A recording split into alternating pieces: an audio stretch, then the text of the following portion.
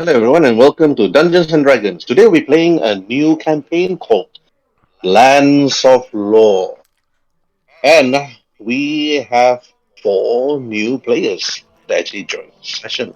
And we'll be playing every week on Friday, hopefully. And sadly, two players couldn't make it and have to drop out due to internet issues and also other issues that crop up mysteriously. And from my left to my right, we have the players, which is also the characters known as Juraton, Rinzai, Triton, and various. I'm going to be moving from left to right.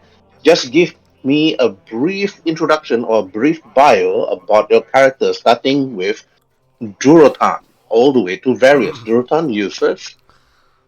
My name is Duratan. I was born in the night of a stormy wind. My shaman of our village says I'm destined for greatness, and I hope I do not disappoint my family, my clan, or the god Eros that I worship.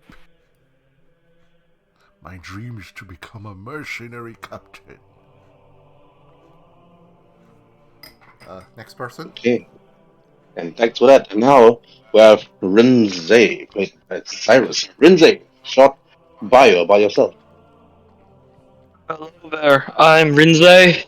I'm 31 years old. I'm kind of recovering from an event, a very traumatic event in the past that we will explore pretty soon. And I'm looking for redemption. And my goal in life is to become the greatest war commander there ever will be. Okay, thank you. All right, and the next one is Trison. The short description, please. Hi, I'm Jason, and I love to feed on everybody. Good old human parts. Everybody, even your fellow companions, once you meet them, then. Most definitely. Well, if they're dead, I mean, they're food. I mean, can't stop you. Yeah. Okay, next. And then various, lastly, you. Okay, do you want it a little bit longer or just very short? Just a short description will be okay. Varus is in he's in a grey cloak. He likes to keep the hood down. He likes to hide his face. Um, he's tall. He's wearing fine clothes, and he has a silver coin on a leather strap around his neck, and he has this very very white hair, which is quite strange for someone of his age. And yeah, he's just dressed in fine set of clothing, and he has a kind of a brayish, rich voice that someone of nobility may have.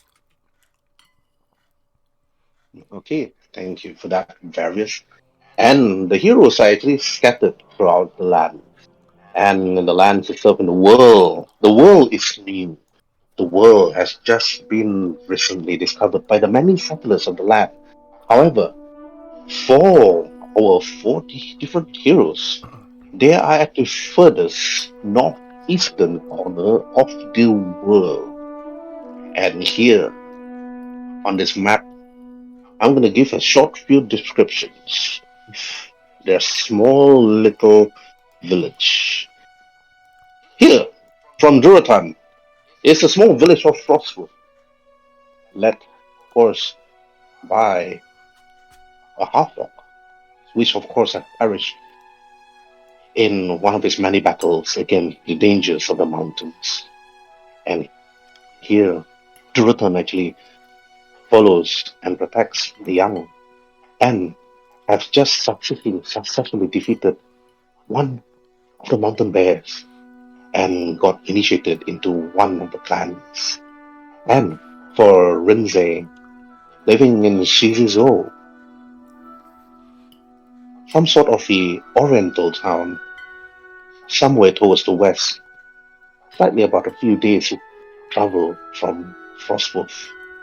And in the distance, near the coast itself, a small village of Val, where Tirson stays with the many local townsfolk. The, the small village itself has always been kind to him, and even to his time, they don't really mistreat him like the others as an outsider. But Tirson has been living there for as long as he could remember, seeing children growing up as adults and even dying at old age. But even then, he stayed to become one of his many protectors and ensuring that the people there will always be happy throughout the land itself. However, for Various, he stays right in the center of Repstone, which actually overlooks the many trees that comes from Sinapet, Onahul, and Momoroko, the four centers of trade within the regions itself. And this land is always been filled with dangers. For every journey that they will tread, every monsters or creatures that travel this land itself would be there. Perhaps even random travelers would meet them in this land itself. But for the many people of Sizizwo, further to the north, the people there always talk about the wolf that prowls the land, and further to the west are the Sahagwin tribe that stays in an abandoned temple, which is roughly about 5 to 6 days of travel from Sizizwo. And for Duraton, he knows of the dangers of the mountains, the cave further to the north, where the mines have always been guarded by some sort of spiders that guards whatever treasure that's been inside. And for Tirson in the village of Bao, even though the boats that actually provide traveling from village to village by the ocean source itself wouldn't be such a difficult task. However, should Tirson actually even travel to the other island further towards the east, where sacred temples or even rumors of dragons within the mountains, Tirson will not be so brave. Or perhaps he's not bold enough to do such things, unless because he can find the companions to actually venture into these old ancient temples and old ancient dungeons. And of course, for Varys, he travels from village to village, actually getting knowledge from his people. But what Varys knows is the many sacred temples further to the north, the ancient temples of the forest to the east, and even the one to the west, passing Sizizwo, where the Sahagwin actually live, the lake temple that lies beneath. Treasures are to be found everywhere, of course, but it's actually all up to the heroes. Which path do they want to tread? Which journey do they want to go? However, they have not met each other yet, though I'll be going from left to right straight to Duratan. Meanwhile, Duratan, it is morning for you. You woke up in your small little tent, and you look around. You see the price possession, the bear look that you put on your wall, and this small totem pedestal which you pray to your deity, the god of the Minotaurs himself. But the moment you woke, you hear a voice calling your name from outside your tent, and you can see for itself that another voice is familiar to you. As you heard it, Taizal, one of the orcs from outside tent, start calling out and said, "Duroton! Duroton! Are you awake?" I just step out of the tent and say, "Yes, I'm awake. What had happened?" Ah, I've been actually been asked by, well, ever since he actually took over. Horus has been asking me to actually ask you to head over to his tent. He need to actually talk to you regarding something of much urgency. Well, let's not keep him waiting. Lead the way. Surely you must be joking, Duratan. You know where his tent is. I shouldn't be leading the way for you. Besides, I got other things to do. I'm gu- You know where his tent is. I'm guessing. I need to actually. Yeah, I'm guessing this is his tent. Okay. Tazali then points to his tent. If you have some sort of memory problem, Durotan, this is his tent. Well, excuse me, I need to actually hunt for the mountains.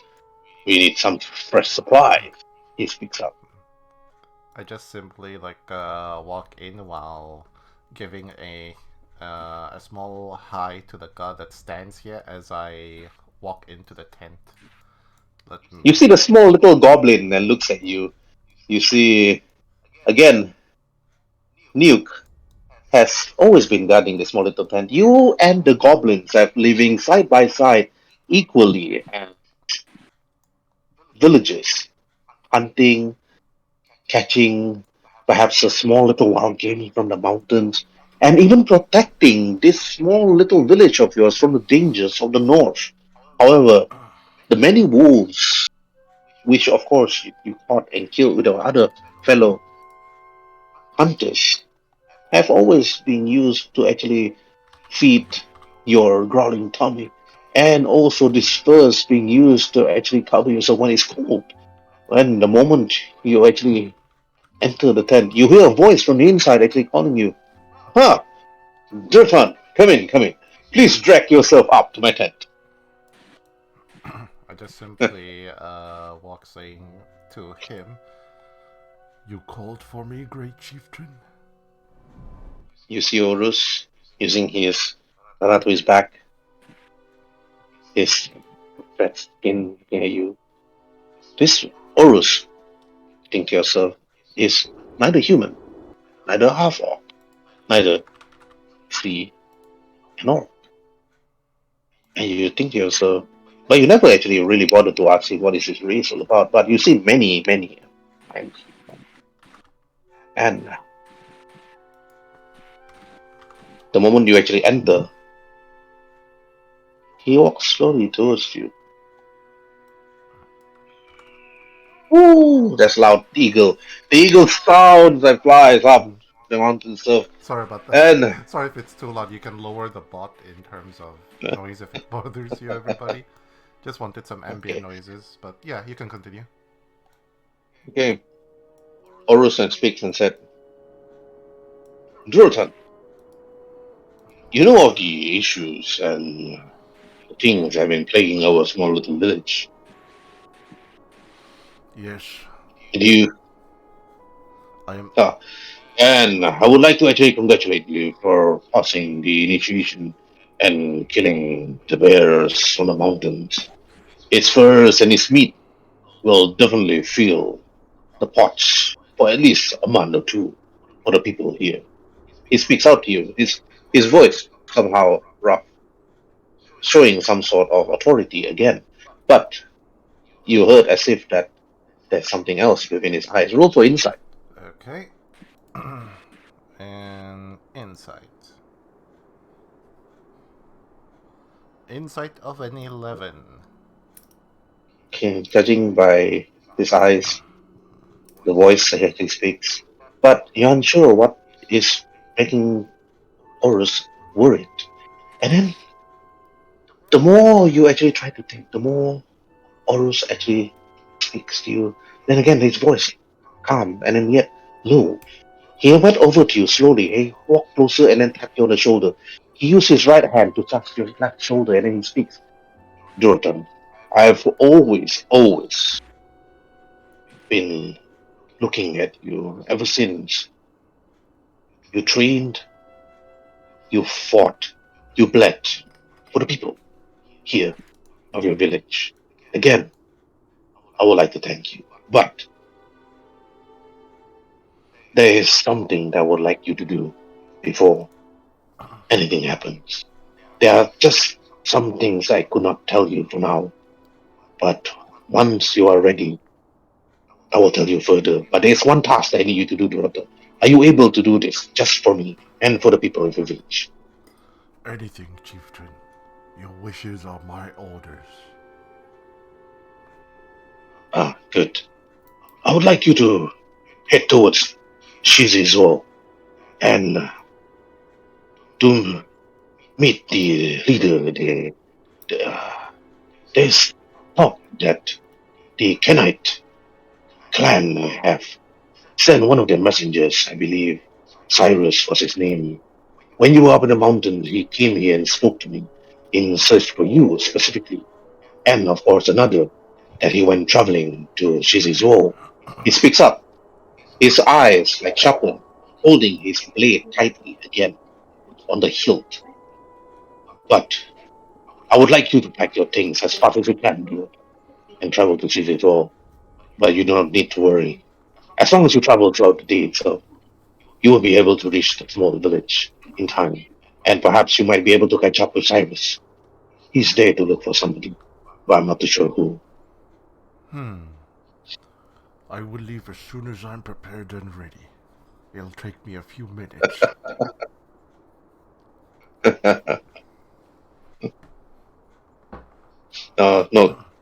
No, okay, this okay. Ignore the chat. Mm-hmm. All right, it's not Rinzai. It's actually Cyrus. You'd like to Yeah. go?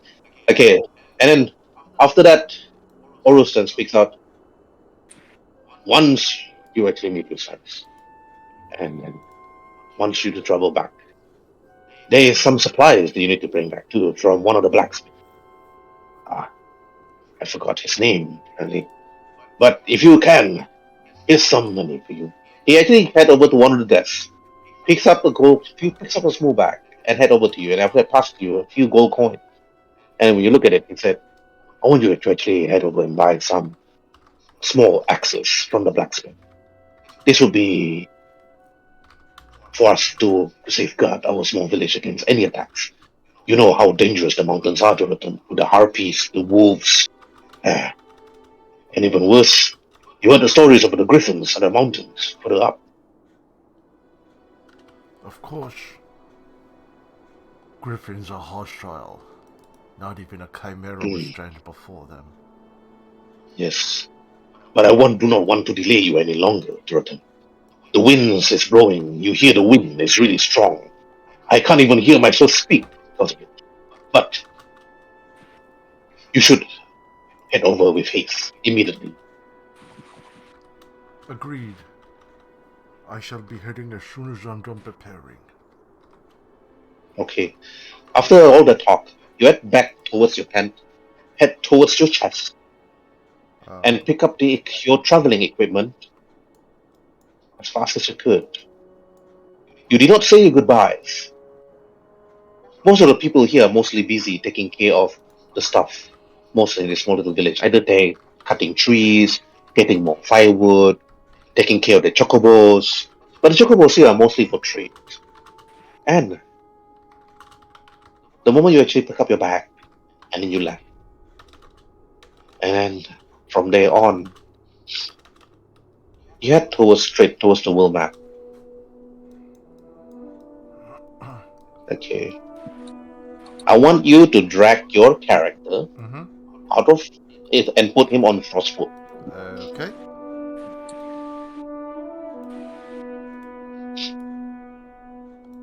Now, from here, don't go through the mountains as per advice. Oh, yeah, definitely. Let me go through the mountains while avoiding dangerous disasters. Yeah, that was pretty much the road that I would take. So I'll just, you want me to... Okay, roll survival 6 times, please. Okay, so this here is first.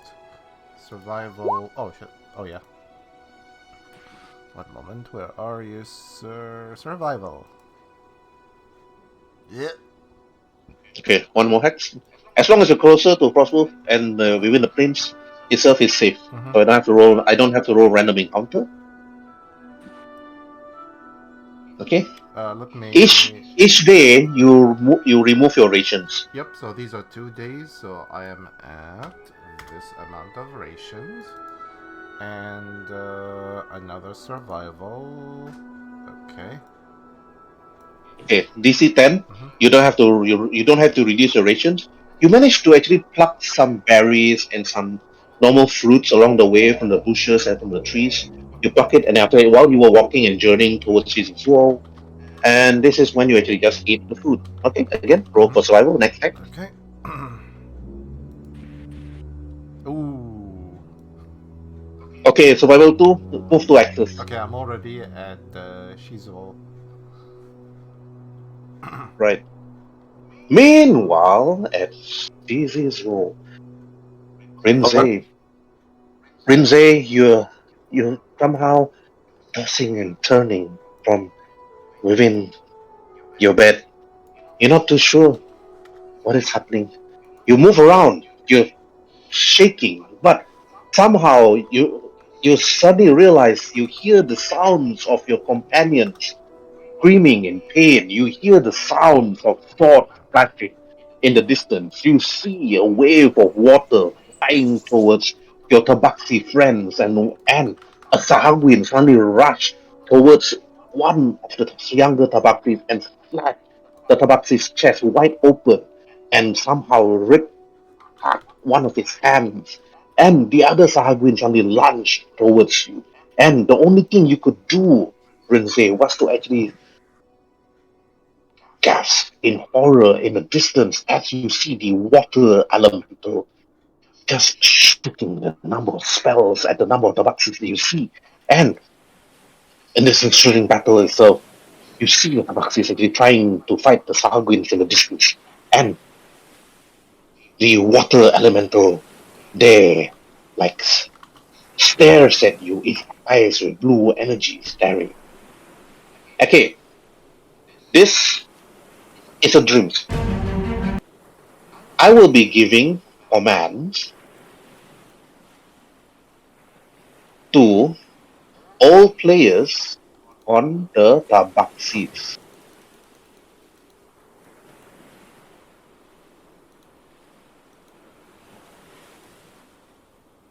Okay.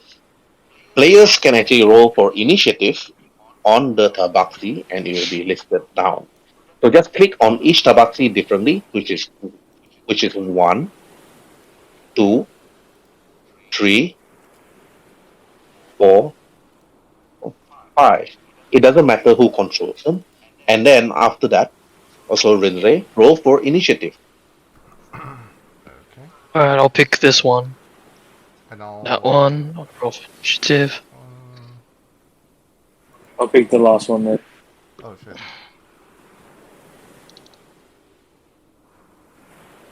Hang on, I'll roll it now.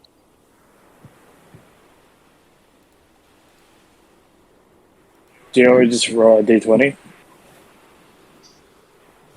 Or if you click on the character, I already created macros for them. You just need to click on the icon, and then on the top left corner, you will see initiative, multi-action, perception, and saves. I had to do it like this due to the fact he kept getting like unrecognized command. Okay. Yeah, I'm getting unrecognized command. For which one? For the Tabaxis? Yeah, just the Tabaxi. Mm-hmm. 2 Tabaxis. Okay, maybe too many people trying to roll at the same time. Okay, let me just roll again.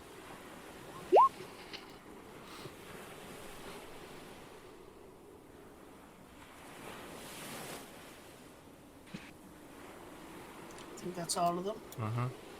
Right. Okay. The first Tabaxi, which is this one. You see the Sanguine actually staring right in front of you with his claws, his blade in his hands, the water dripping from his mouth. And he has slain many other Tabaxis nearby. I think you can change the sound for this one already. This is it's a combat seaside battle. Yeah, I'll try to find one combat. Okay. Alright. This Tabaxi, anyone can roll for them, but Rinzai cannot. Just any of the players. Ah, okay.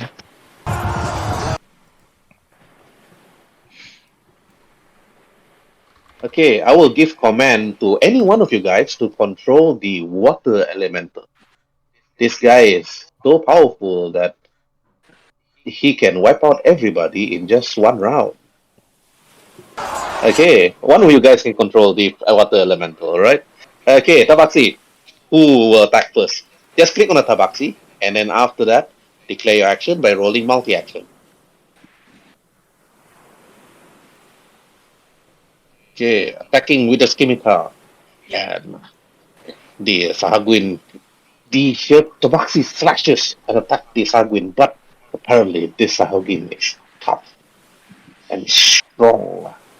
The Tabaxi is like shocked with fear, and the Sahagwin like screams and gurgles with water, and then it attacks immediately. And then sadly the Tabaxi is only have 8 HP, and then after that the Tabaxi actually got stabbed and slashed by the Sahagwin, injuring this poor little cat. And Rinzé, you can actually see the shock and horror from this Tabaxi warrior in the distance as they're actually being devoured and attacked by the Sahagwins. Okay, all of them have 11 HP each. The Tabaxis.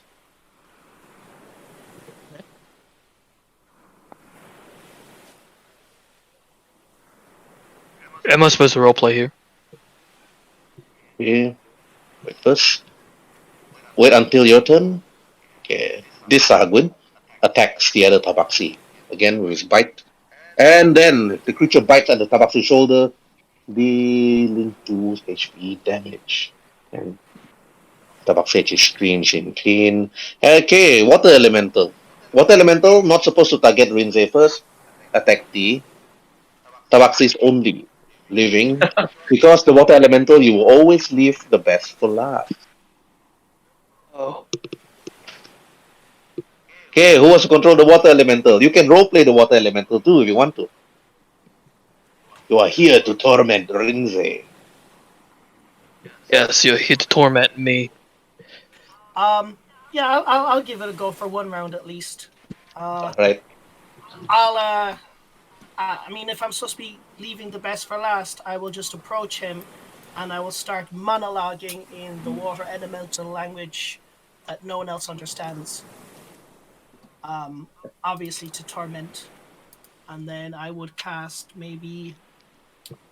And then you speak in Water Elemental. Yes. I'm monologuing how I'm going to destroy him, but no one's really listening. I will then just freeze. No, that's not it. I will try to approach up here. Realize I can't actually reach there. And does he have any spells? No. He can't attack anyone, so that's my turn. Mm-hmm. Yeah, that's it. Okay. Alright. And then the others are going to attack this one, seeing the water elemental actually coming, giving them renewed confidence, and then attack the Tabaxi again. These people can't miss. And then the Tabaxi again wins in pain due to being bitten by the Sagwin. And then the other Sagwin attacks the Tabaxi, and with his claws dealing 2. Okay. Now it's the Tabaxi warrior, which is this one. Okay, roll to hit.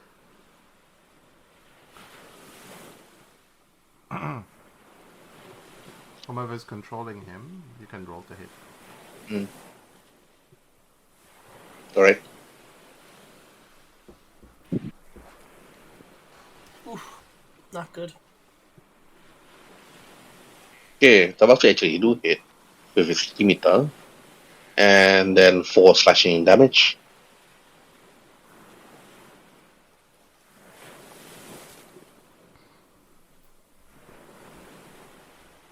The Sagwins are tough. The Tabaxi's attack unable to actually penetrate his thick scales, and the next Tabaxi, which is this one. Okay, just click to attack. This should be a tutorial combat for you guys. Alright, I'll roll.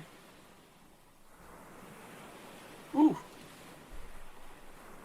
Oh wait, sorry, it's the water element. I didn't Yeah. check. I'm sorry. 1 second. There we go, 19. Alright, okay. Click on the attack word, the word attack.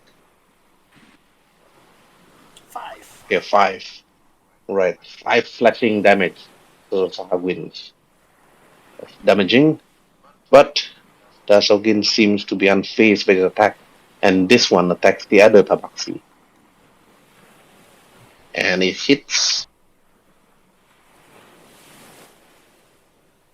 Okay, this Tabaxi is almost dead. Being beaten to the point that blood is gushing out from his neck. And, okay, this Tabaxi over here. I Hey, will, wait. How I will come? kill you. Oh, no, I know why. Rinzai did not even roll for initiative. No, I was wondering why is he not in the initiative order?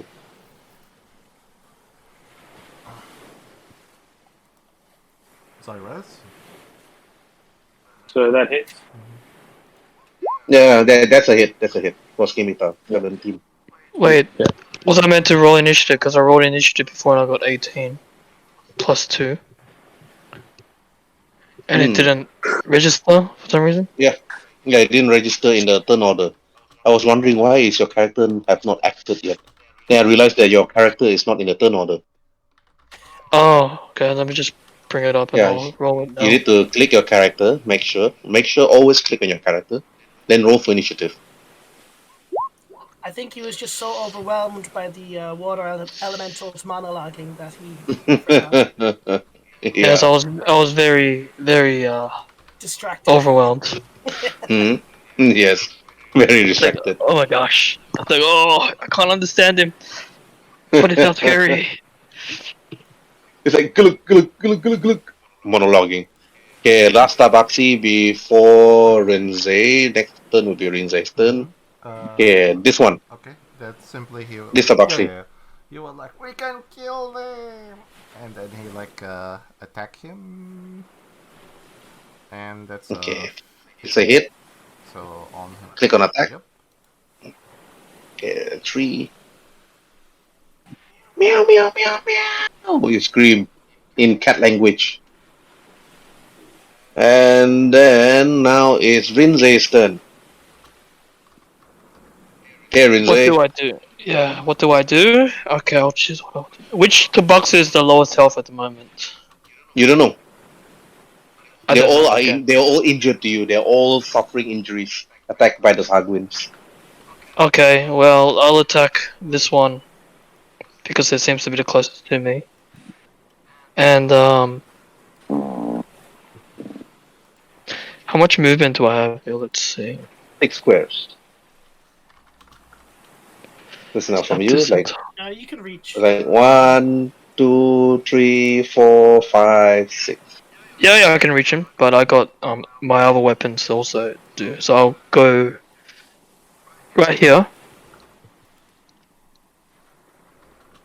right there, and I'll use one of my weapons. Is it a range attack or is it a melee attack? Uh, because I'm very emotional. Actually, you know, what? I'll just walk all the way there. So because I'm so emotional, I'm like right there, and I'm gonna use my claws. Hmm. It's like, no, I'll save you. Oh dear. Oh, you won't. Oh, 20 plus 2. You roll a 3. 3 plus 2 plus 2. Yes. You're very emotional. You're missing. Ah, why? You're seeing the Tabaxi is getting murdered right in front of your eyes. And now it's your turn done. Okay, this Tabaxi over here. Okay. This tabaxi will screech. This cat's got claws. And hit, maybe. Okay, that's a hit. Okay, roll the attack. Roll the word attack. 6 6. slashing. Okay, 6 slashing damage. And then the Stargwin's turn. Okay, the Stargwin attacks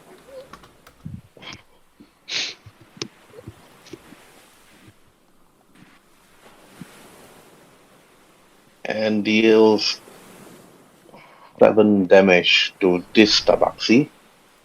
Okay, this tabaxi actually got impaled by the Sahagwin over here, impaling it through his shoulder. The tabaxi like, and then the other Sahagwin at a further stop attacked this tabaxi earlier on, and stabby, attacking with his spear and dealing. Okay, this tabaxi is dead and down.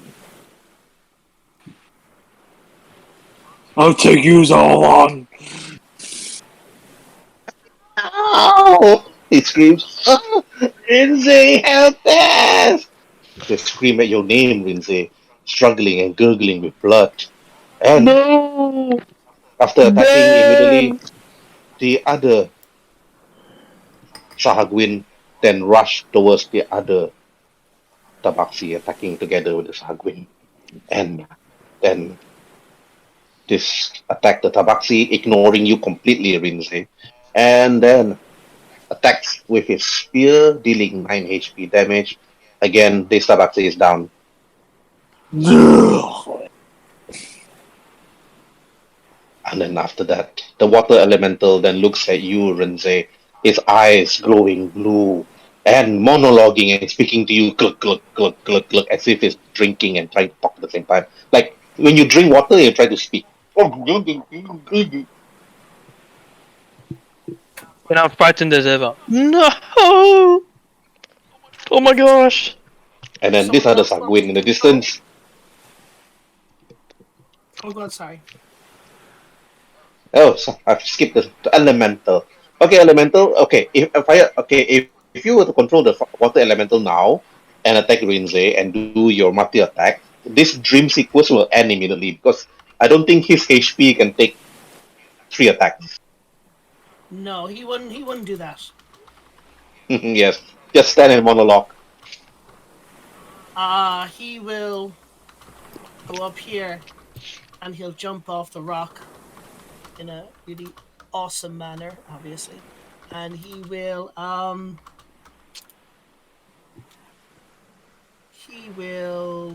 try to whelm. Okay, so he's gonna move into his space and try to whelm and take control of Rinzai. So Rinzai, can you roll a strength save, DC 15? Yeah, sure. Just a moment.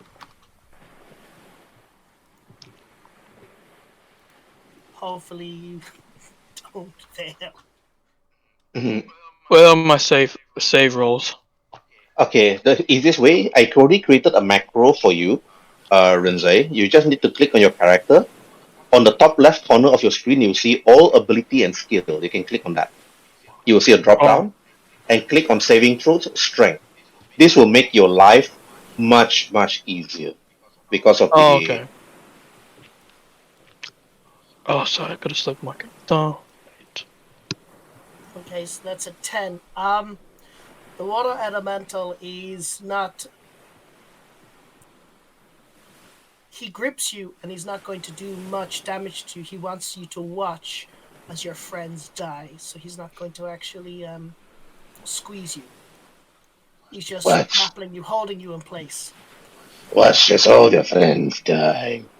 Feel your eyes. See, the water elemental actually grabs your shoulder and then pushes your head to make and force you to turn to face the other side, where the Sahagwins are slowly butchering your fellow young Tabaxi warriors. And then you watch in horror as they fall one by one because they cannot withstand the damaging effect of all the weapons from the Sahagwin. And this one attack, two-handed spear, okay. And this one also falls. Rinzai! Insane! Help us! As No! you see the spear Help! impaled on one of the young Baxis that you trained with, that you led, that Azalan Uzumaki have always put his hope and dreams on you. But one Tabaxi left in the distance. Can he kill this Sahagwin? Let's see now. the Sahagwins is still not even bloodied state yet. Okay, Tabaxi, roll. You can do it. You can do it! Imagine that one lone tabaxi finishes all three plus the elemental. Rinze speaking in Tabaxi language. You can do it! No, run away and live. I will be. No, I will die instead of you. I will die for you. But the Tabaxi couldn't kill the Sahagwin. And now, Rinze, it's your turn. You can roll for strength save again to oppose the DC 15 of the water elemental. Yeah, I'll strength save again because I'm not even in any state to actually counterattack or anything. I'm just really shocked and saddened and whatever. Rinze, help! Help! No, no enough. And slowly you see the Tabaxi further down being attacked by three other Sahagwins. And then you see the three Sahagwins stab the young Tabaxi on the neck, on the stomach, and then slowly, as he fell on the floor all bloodied, the three Sahagwin then dragged this young Tabaxi into the ocean, perhaps to be dinner or lunch or worse. Have all the Tabaxis here on the beach itself. You couldn't save all of them. And then the other Sahagwins then look to the water elemental. The water elemental actually speaks their language. And then they just simply nod. Then they head back towards the sea, leaving you together with the water elemental. The water elemental is still grabbing your neck and your shoulder, pushing you down. He says, "You are still young, young blood." The water elemental speaks. Its eyes, even though you don't see any pupils, you don't see any eyeballs, so it's just a simply bluish energy of eyes staring into yours, Lindsay. And the water elemental then speaks again and said, "You are not ready for this. Once you are fully prepared, once you are fully ready, then, and only then, we shall meet again. I will spare your life. I will seek you out.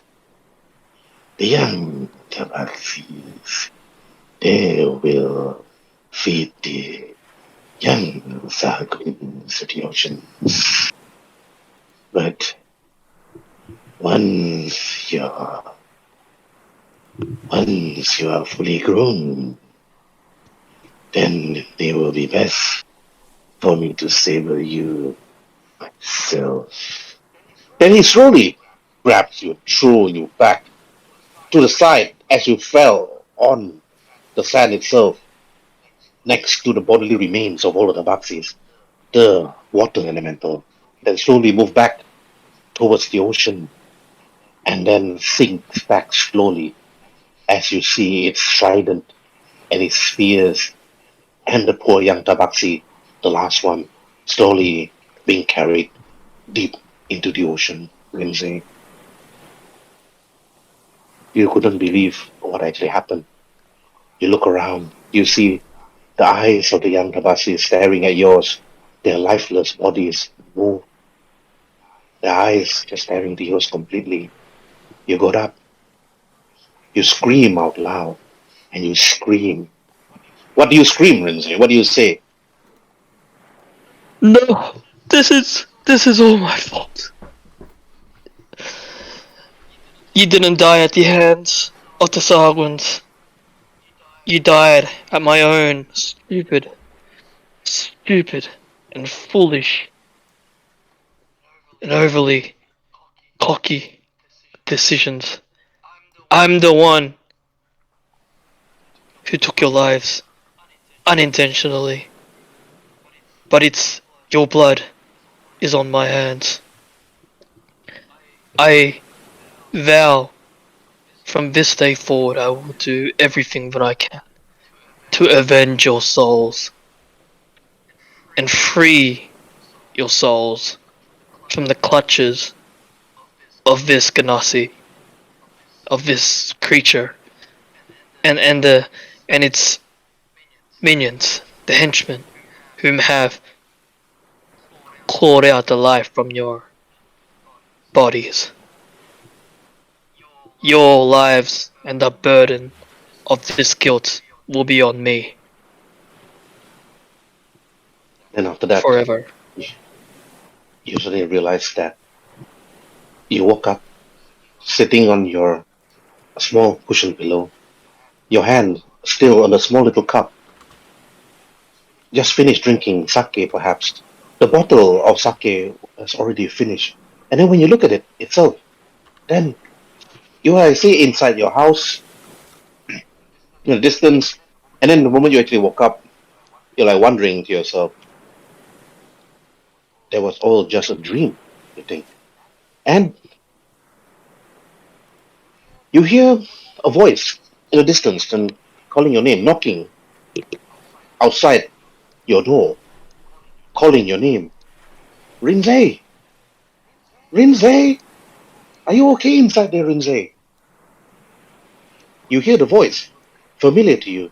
It's Talia, one of your friend from your childhood days before. That was many years ago. They actually grew up with you, Rinzai. You got up from your cushion, you put the bottle of sake down on the table, and then the small cup, and then you head outside, and you're still slightly dazed and drunk. But as you head out, you see your old friend Talia. Her eyes seems worried, looking at you, and she quickly walks over to you, and she looks at you slowly. Rinzai, are you okay? She asks you worriedly. How do you respond? What do you want? I am a broken lion. You don't have to What drink. business could you possibly have with me? Then she speaks out and said, "You don't have to drink your sorrows away, Rinzai. How many years have it been? Our you almost drank the the wine dry, and you know how difficult it is to actually to get wine from Frostwolf and Refton. And I heard you screaming from inside your house. That's the reason why I rushed here." You look at Rinzai. The moment you actually look at Talia, she is worried for you, and then she just speak up again and said, "You can drink You can drink the whole world dry, Rinzai, but there's nothing you could do for them. Even all those years ago, you should forget about it. Even Aslan has forgiven you for all those things they've done. You should again." It's like she actually walks slowly closer this time, but but she avoids coming closer to you completely, and that's your your your your mane is unkept. You haven't taken a bath in perhaps days or perhaps weeks. And your house is still messy. You never even bothered to repair the roof. You never even bothered to actually look into the surrounding areas of your small little house. But when then again Talian speaks out, then she just sighed and then she said, "Listen, Renze, it is not my place to actually tell you this, but you should really head over and talk to Aslan. And speaking of which, he was looking for you.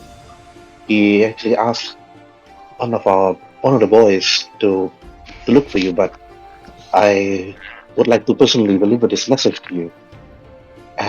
Once you actually sober up, perhaps get yourself well groomed, head over to Aslan, and he will actually want to meet you for this one. It seems to be quite urgent." And after that, you see Talia turn her back and then slowly walk back towards the tavern.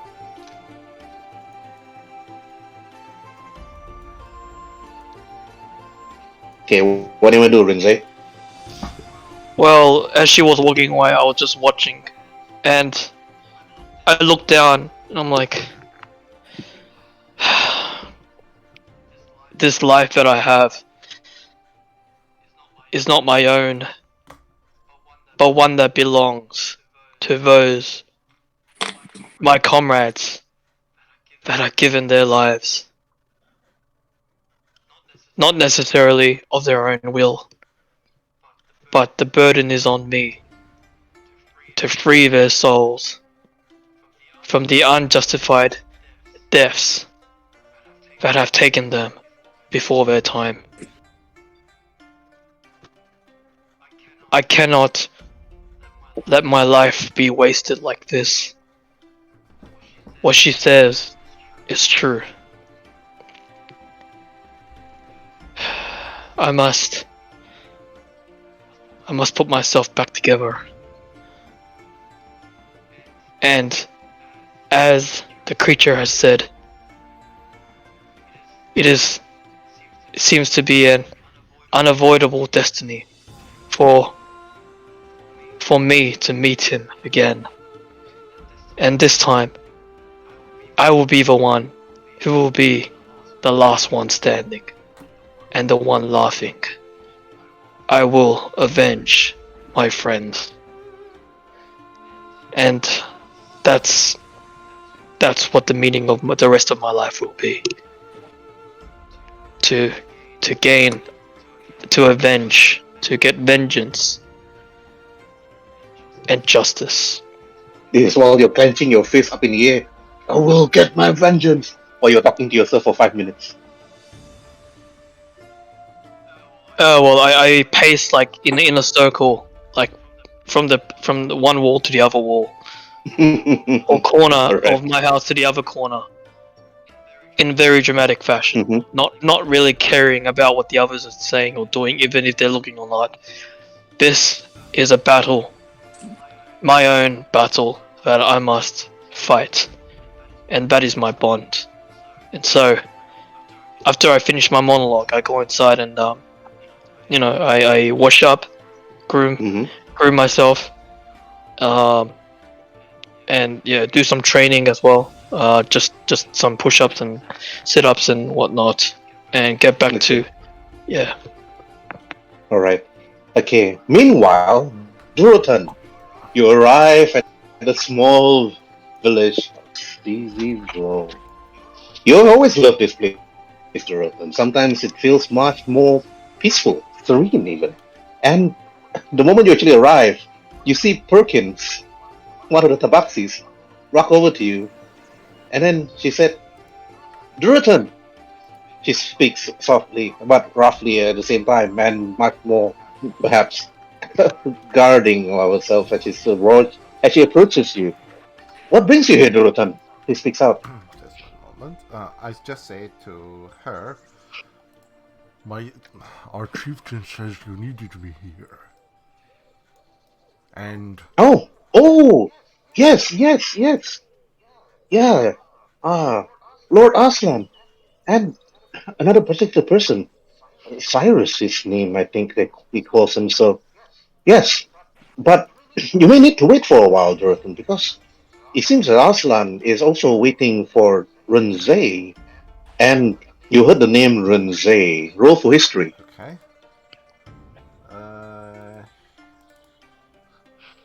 Oh, okay. If it's DC 10, you know about the tragedies of Runzay, one of the lions that actually led Ogro Tabaxis, but that was DC 10. But this one, you know about Runzay. You heard about his name. People talk about Runzay, but just that you don't you that it seems to be a name that it just comes and go. It goes from your left ear and out of your right ear, and it seems that you never met this particular person before, but it seems that you have to wait for this Renze before you can even meet Lost Castle. But Perkins said to you, Durthan, if you don't mind, can you head over to Renze's house and see if he's ready to meet with Lord Aslan and Cyrus? I never. Renze's house is across the bridge. After that, head towards the left. It's one of the rundown houses over there, the one that's actually quite unkept. Then after that, Perkins and slowly walk over to you and whisper to you, if I were you, Duratan, do not mention any Tabaxi deaths or anything. Rinze is quite still shaken about it, and and he might drown himself again with sake if you were to bring it up. How long has it been since he started drinking? Oh, ever since I was a little kitten, like Perkins said. But you don't have to worry about that. Well, you just head over to Rinze, and again, just make sure that Rinze is okay. Rinze should be fine with you. He never met you before, but I guess this is perhaps the first time for everything, right? Agreed. Before I go to his house, I just need to go to your blacksmith and get some axes ordered for my village. Oh, the blacksmith. Oh, you know the blacksmith where it is. He'll be there waiting for you as usual.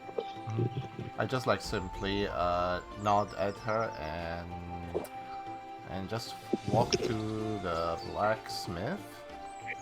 As I see him, like, working and everything, I just simply approach and say, Morning to you, blacksmith.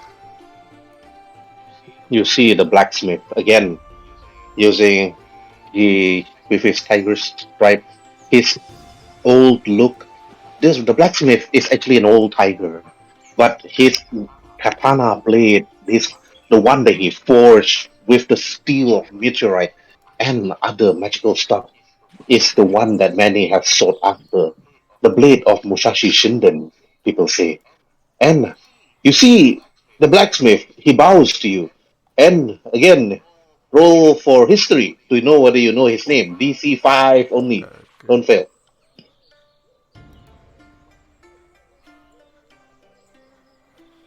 Yeah. You see Remzu. Riemzu, his name is. He looks at you, he bows. Aha!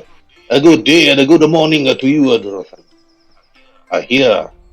Here for the shipment of supplies that Urzus have been asking for. Yes, our chieftain is here to send me to collect the axes that you've been making for us. Yes. Here it is, sir. Then, annex for your greater leader. Of course, Aslan specifically asked Urzus to come over one time to have tea with him, if you can. Unfortunately, something's going on in our chieftain's mind. I have no Oh, idea what's happening. you see Remzu actually putting his hand on his chin, rubbing at it slowly. Something that's been bothering Urzus is something that bothers me. I believe that could be the reason why Aslan is talking to the Kenite at the very moment. But it doesn't worry. You can yes, is the annexa for you. You can bring it once you're ready to depart. But I suggest you do rest back at the tavern and inn. Perhaps a little support once in a while would be great, eh? He speaks to you again. I will go and handle a small other matter, but I will come back for the axes. and that's when he just Great. give him a respectful bow as he walks across the bridge, and he's like, Across the bridge, then turn left. and that's when he sees this unknown person. They just finished taking his bath, of course. I think Rinze should be slightly taller. Okay, right. And then after that, when you went out, Rinze, you see an unknown man or unknown orc standing outside your house. You hardly see the orcs from Frostwolf travel this far to the west towards your village. But you know about the orcs there, and when you see this man, roll for history. Okay. History. If DC 10, if you pass, you know who this is. Okay, I'll just pick it up off this.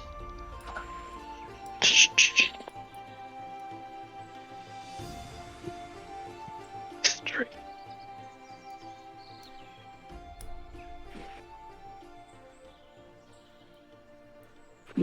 Oh, Oh my natural gosh. 20. Wow. The moment, even before he comes over to the door, about to knock your door, you see Durotan arriving. Okay, you know Duratan has always been a goody two shoe to the people of the Orc clan of Frostwolf Mountain. And you know Duratan have always been the carrier boy, the delivery boy, mostly going from east to west to east every single week, doing deliveries for the local blacksmith, Remzu, which actually craft your weapons and also prepare your armor. And apparently Duratan is here outside your door. For the first time, you hardly speak to each other. You haven't spoken. But he just head over and then you bump into him immediately. Alright. Well, yeah. You can RP this with Duratan. You see him, you know who Duratan is. He's the local delivery boy.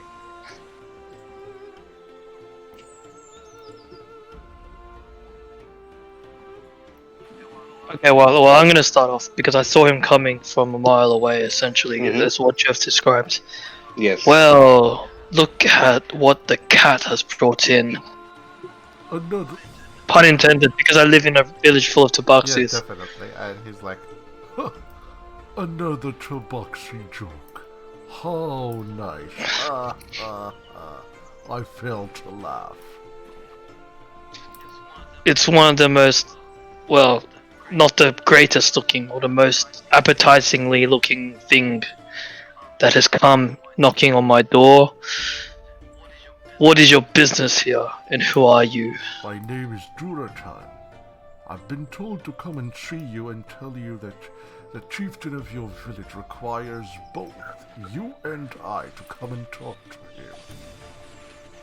There's something brewing in the air. Even my own chieftain can smell it. And I've been sent here on an urgent matter to collect 10 axes from your blacksmith.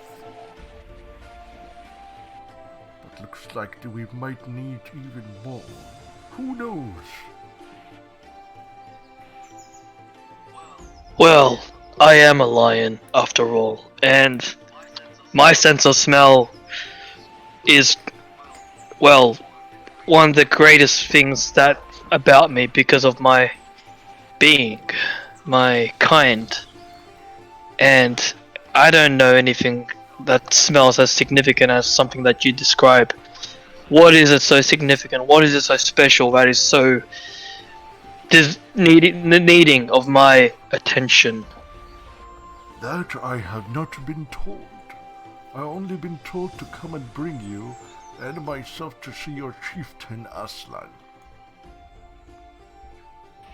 Could be an urgent matter that only the two of us can handle.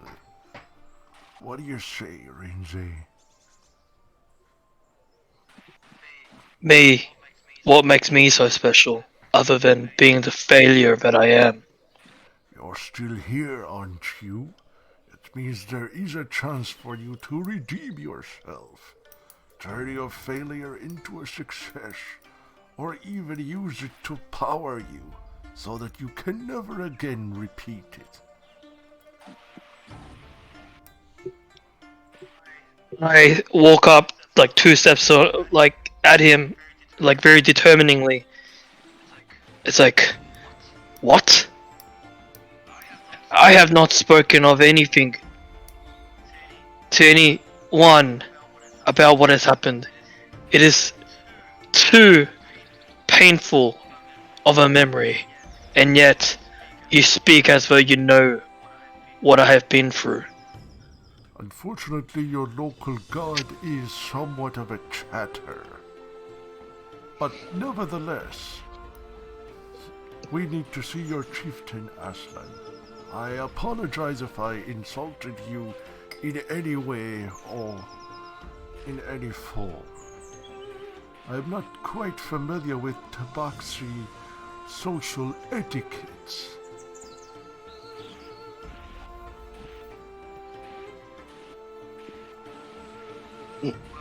Well, you do have a point there.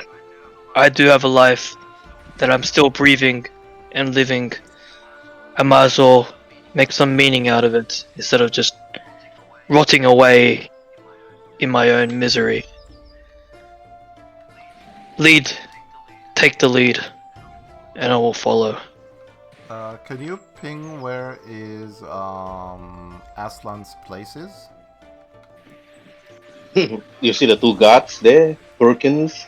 It's like guarding. That's Oh yeah, where yeah. Okay, Arslan then lives. that's Perkis, and that's where the other guard is. Okay. You can drag your You, miniature. Yep. If you. you do know you can flip yourself now, right? Oh yeah, definitely. Actually, let me. Hey. Okay. He's not flipping. FBI Yeah. down. Oh, FBI down. Okay, it's okay. Doesn't Yeah. matter. Anyways, okay, proceed. Oops. Okay. Yep. Eh? I'm here with Rinze. We're here to see your chieftain Aslan. Make way, please. Okay. Rinze, you see the young Tabaxi, Kozao, guarding the entrance to Azahan, and Perkins. And Kozao is one of the survivors out of 9 from that day that actually survived the battle. Kozao then looks at you and then he bows. Good morning to you, Rinze. And Kozao have always admired you and always respected you.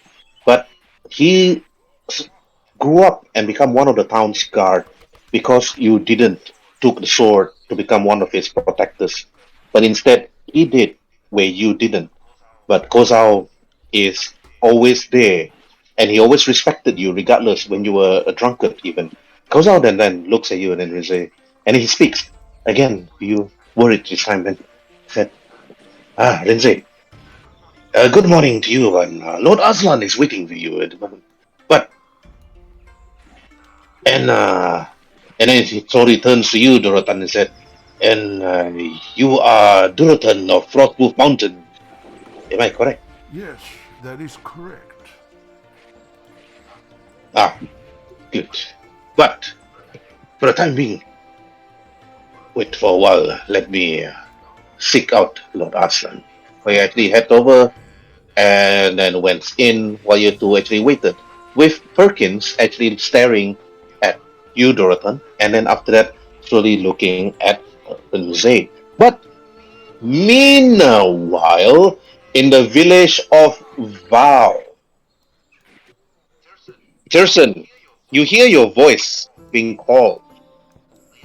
A young voice, a young boy's voice calling you out loud and said, Tirson! Tirson! Tirson! Roll for perception. Yeah.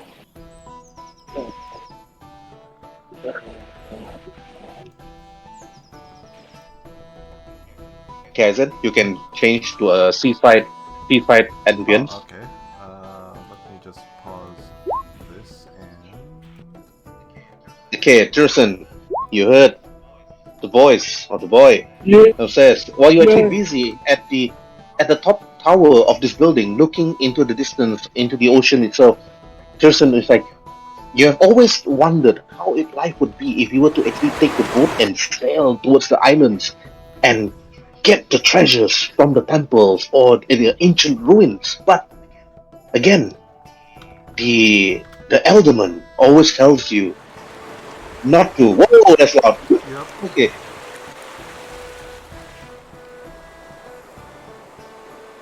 No. What? There, there are Okay. 2 Tearsons here. One at the tower, one at the house. So you may have to remove one of them. All right. Okay. Do the others know how to reduce the volume? Yeah. I'm gonna get volume for the ocean because I can only ocean. Oh, just right click on the bot itself, Botify, just right click on him and you can reduce how loud is it for you. Reduce the volume. Done. Yeah, Alright. I couldn't hear you whatsoever. Yeah. Okay, yeah. You just need to lower the volume. Okay. You hear the voice. Tirson! Tirson! Where are you, Tirson? While you're at the top of the tower, staring, you quickly rush down the staircase and then head down. And after that, you see the young little boy. And after that, walks over and said, Ah, there you are. He's like rubbing his head. And you see What do you the boy. you see the young boy Zach, and I speak out and said, nothing. Well, the elderman, is he is seeking you out, but and you see the elder that look at you and said, ah, Turson, where have you been? You see a man, a cleric apparently, of many generations. Yes, I Another smell. holy man. Oh, yes.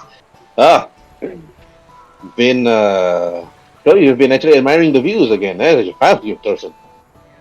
Yes, yes, I have thought to travel the seas or explore this world, what it is, and gain allies and supplies for my clan.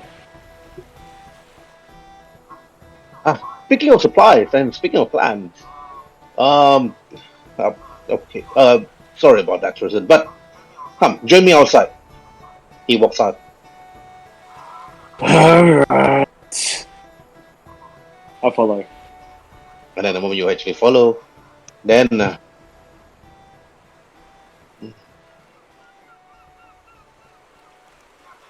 after he walks towards the beach, Alderman Ludovicus looks to you. Turson, come, follow me. You see the sun bright in the sky, shining again in this small little seaside village. And when he walks, Wait up, then wait up. Cleric's always rushing into things. he laughs. Well, I may be a cleric, like my father and my grandfather did before me and stuff. But you see, not all. You knew me when I was a young boy. But again, Thurston, if only that your curse is not a curse, but I guess I see it more as a blessing. Yeah, it's just holiday appetizing things, I guess. It doesn't really bother me living for a long time. Just Well, thanks to surviving. you. Thanks to you, Thurston, that our vermin and our rodent infestation has always been quelled. Well, don't want to Yes. see you running around killing monsters or the brigands or the orcs the barbarian orcs that actually walks the lands from within our village. But because of Yeah. you yourself and the stories that people have been saying about this place about vampires, people, who would believe? But that we have somebody like you over here, and that's because of that Yeah. we are protected.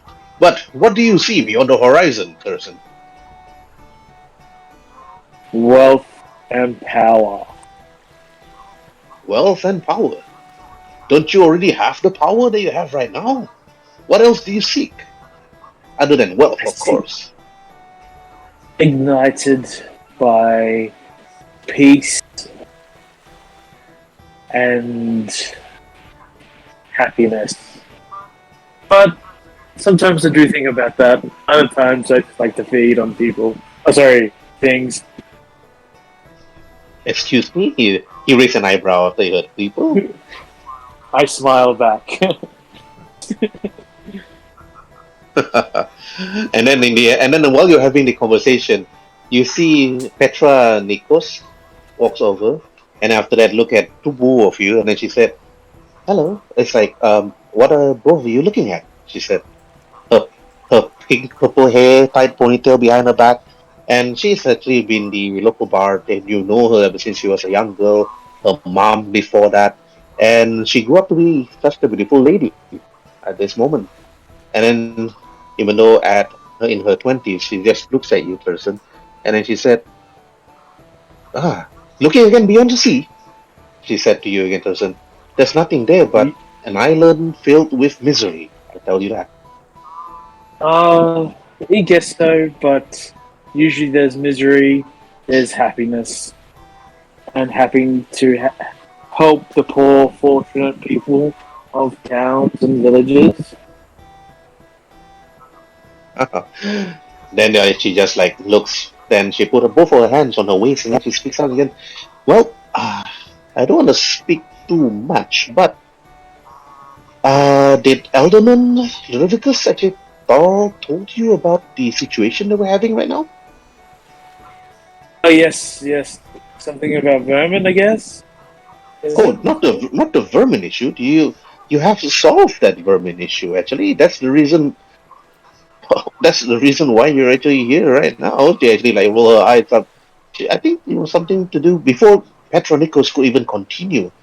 Said Alderman Ludovicus actually looks at you and said, "Actually, it is of dire importance that you head over towards Reston and to actually get stuff, for us. There seems to be things that I I can't really speak up about it, but and then before Ludovicus could continue, Petronikos said, "I do have to apologize about our local cleric, but what he's actually trying to say is that our crystal, the mystical crystal that your family, I mean, not to say any names, but um, well, it's just one of those special artifacts that was actually here, that was with you previously. It went missing. I. Oh, and let me guess. You want me to find this artifact for this village or town? I guess what it is. Well, we don't have any local. We don't really have somebody that could actually find this particular object, but because that item have some sort of magical affinity towards it, and I don't think you're the type that knows magic, right? Petronikos, I looked at you, Turson. I know some magic, but not of doing magic. Is I have sort of knowledge, I guess. You know, Hmm. can't I And can't do anything with my hands doing ooga booga like the clerk over there. then the But cleric said, "I don't cast magic. My abilities come from my god or my goddess, whoever who or she is.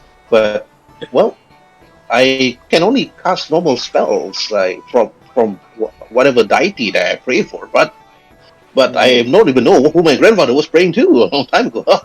He laughed, but he raised his finger. But this thing that went missing is one of the things that actually protect us from dangers.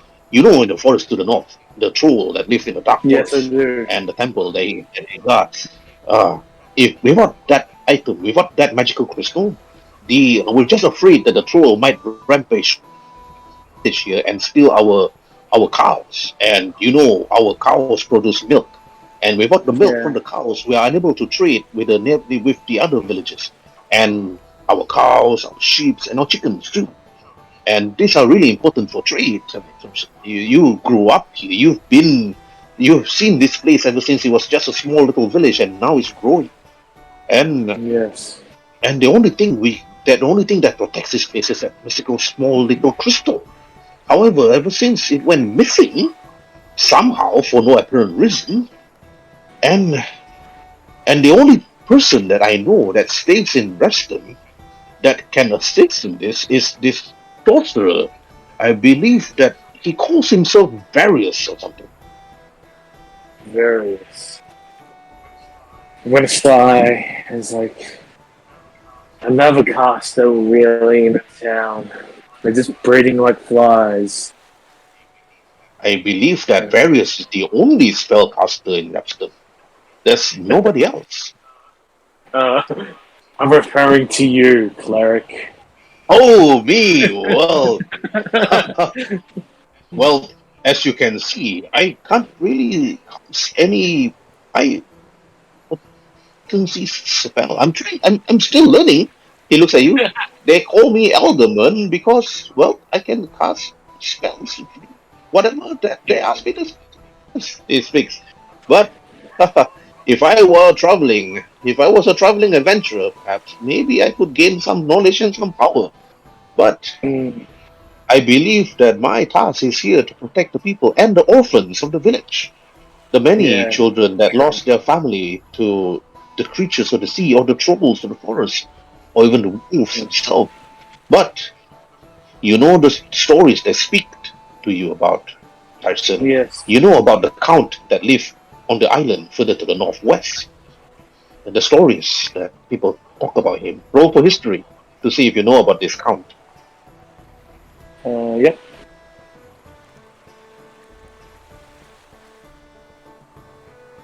Any minute now? Yep. You never studied. You never bought for the few hundred years you've been living like I'm here. You never bothered to get the books No.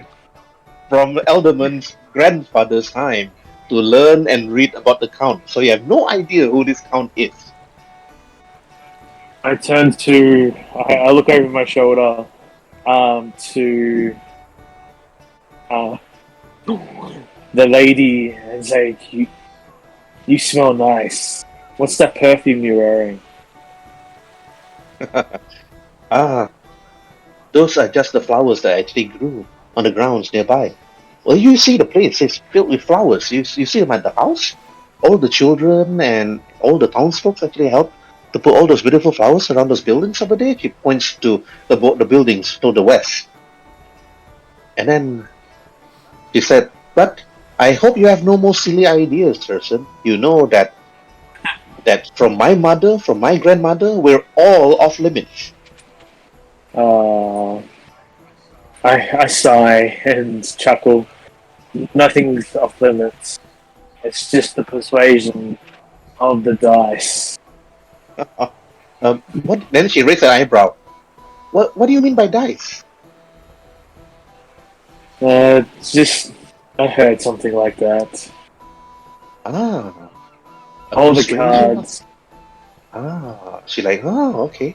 And then the elderman actually like the elderman behind you, like, Thurston. Sorry.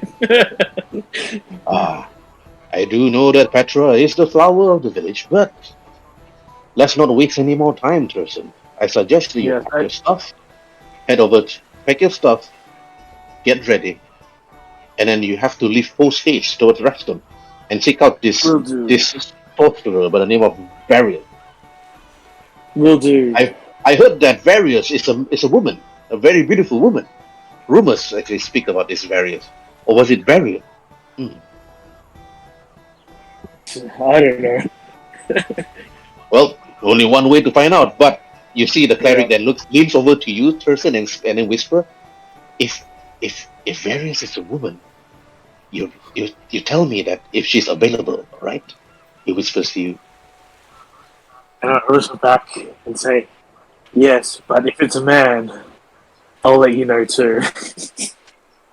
If it's a man, yes, please let me know so that I can drown myself at the nearest ocean. And just chuckle. Um, uh, well, I'm just really. I know you're here to protect the village, but just in case there's a repercussion of our actions, just prepare who is able to give a hand of probably defending this small village. Hopefully, I can kill them all, but we'll see in time. Well, the troll to the forest to the north have never bothered to actually head over to our village, regardless of how far you have to walk. But we can never be too careful. The elderman looks at you. Yeah.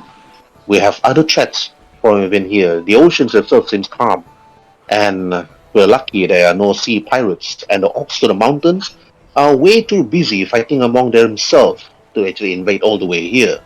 So Yeah. we're actually quite safe. And from my father's father, ever since you were born yourself and when you grew, you have always seen to protect this village from any danger. But so far, all we have are just small little critters or rodents, or even the occasional wolves that somehow try to steal our livestock.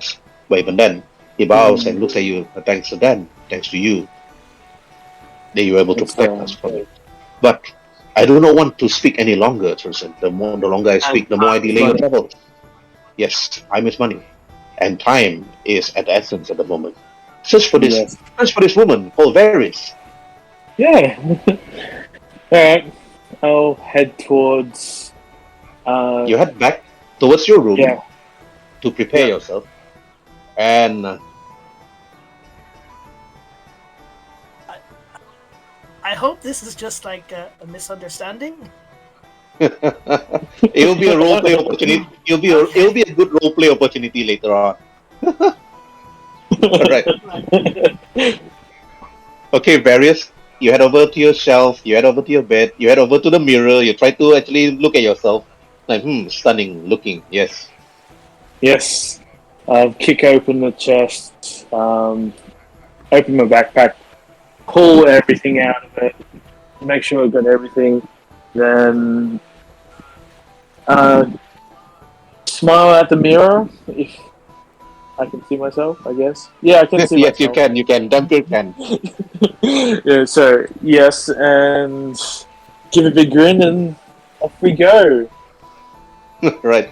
Okay. Then after that, you say your Oh, goodbyes to Petra, to the elderman, yes. and to the other children and the people of the village. And then they Yes. all wave goodbye to you, and then they scream out, "Have a safe journey, person, and bring some Yeah. stuff."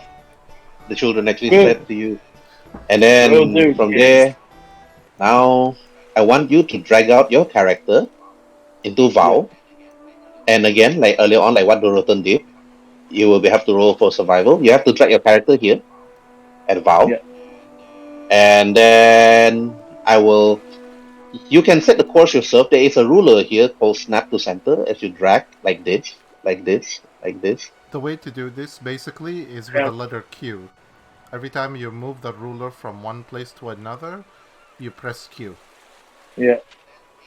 10 days of travel. But if your survival rolls high, if you roll Yeah. high on survival, it will be a faster journey. All right. You might need to do it for me or move my character, just because I'm having some technical issues. Okay. Observing. I'll drag your character to Val. Yeah, but Okay, I'll take final. your character is here. Okay, I will move your character whenever you roll He just did, survival. and it's 16. Okay, that's one hex. For each hex, it is 1 day resurrection. Yeah. That's another hex.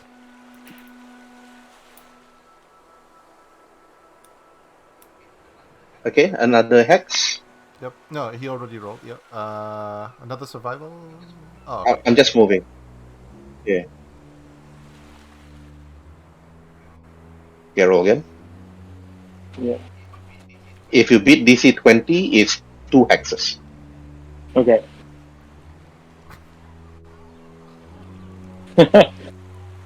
Wow. Okay, avoiding the troll forest further to the north.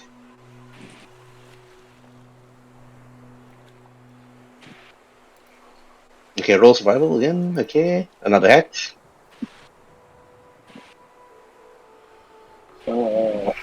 During this journey, you think to yourself, what are you going to find in Refstam? You never visited Refstam before. You have never left Yeah. Vow before. Yeah. And you're thinking, is Various a really beautiful woman? Only time will tell. And 5 days of travel. 1, 2, 3, 4, 5. Under 5 more days. Yeah. Ro- And number 5? Yeah, no, 5 more. Yeah. You need to move 5 more hexes, so 5 more survivals. I have a feeling Okay, that's after one. 10 days he'd take anything. Ooh. Ooh, almost 20, but too bad. You can't move 2 Yeah. hex. Only rangers have that opportunity to move 2 hexes. On DC 15, 2 hex. DC 20, they can move to 3. That's 1, 2, 3 3, hex. 4, Yes. 5, 6, 7, 8. Okay, another hex, please. Another survival. Yep. I'm getting really hungry right now. You're eating small little rodents, small little rabbits, squirrels on the road. This chainmail I hope it's that making hunger that you're feeling. it's the sort of anger you shouldn't have. Okay, and then you Oh, arrive at five and he Refstum. rolls a 20. Yeah, 20. It's like he's too hungry. I'm hungry. Wow. Ah. But meanwhile, at Refstum, various. Hey, various. Meanwhile, in your room, you woke up to the sound of the morning chickens, like cock-a-doodle-doo and distant.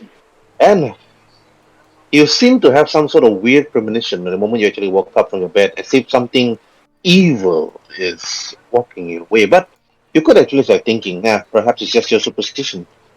Think to yourself, roll for wisdom saving throw. Okay. You want me to change the music into something Okay. else? Turn off the just turn off the ambience because various voice is very low. Understandable. Sorry about Okay. that. It should be better here. All right. Okay, various. You think to yourself, the moment you woke up from bed, you're like thinking you're a bit shivering, like sweat on your forehead. Like you just rub it off. Could be nothing wrong. You think to yourself, it's just a normal day. You check if like your magical affinity. You snap your finger. You see the sparks on your finger. Like okay, nothing wrong with your spells.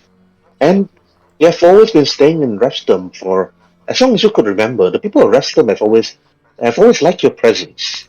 And you even have your own house, nicely built, nicely decorated, a chest in the distance. But it's empty though. So the only things you have there is just your normal equipment, your normal gear that you use Yeah. mostly for travel, and the food that you prepared like the last few days. Perhaps it's already bad. You're not too sure. And when you head out of Restum, okay, just to tell you what is here in the Restum, this is the tavern. This is the inn, the Bloody Fowl Inn. This is okay, Euphoria's like governor, which is the merchant, the local merchant, and here is the tavern, held by Susanna and her husband, like Bioff. And of course the local drunkard that is always hanging out at Rhododendron's Tavern, Trevor Belmont. Why am I not surprised? What do you wanna what do you wanna do, Varys? I'll approach the tavern. Alright. You head over towards the tavern. When you actually head inside, okay, you can try moving your character to the tavern. I don't see my character. Do I need to drag him out? No. Yeah, He's at the house. He's Okay. at the house. The house. The house yeah, it's at in the the house. very bottom right. Yep. Okay, see him. Yeah. Yep. Press on. Yeah. Press That's on your the house. cursor. Press on the cursor. The select slash move. This is still the distance tool. No, you don't have to use a Yeah. distance tool. Yeah. You have Yep. to drag him on. Exactly. Yeah. There you go. Alright. Okay. When you went actually inside, Susanna actually like happy to see you. Ah, young Darius. Good morning to you. But it's really early for you to actually enter the tavern. How can I help you?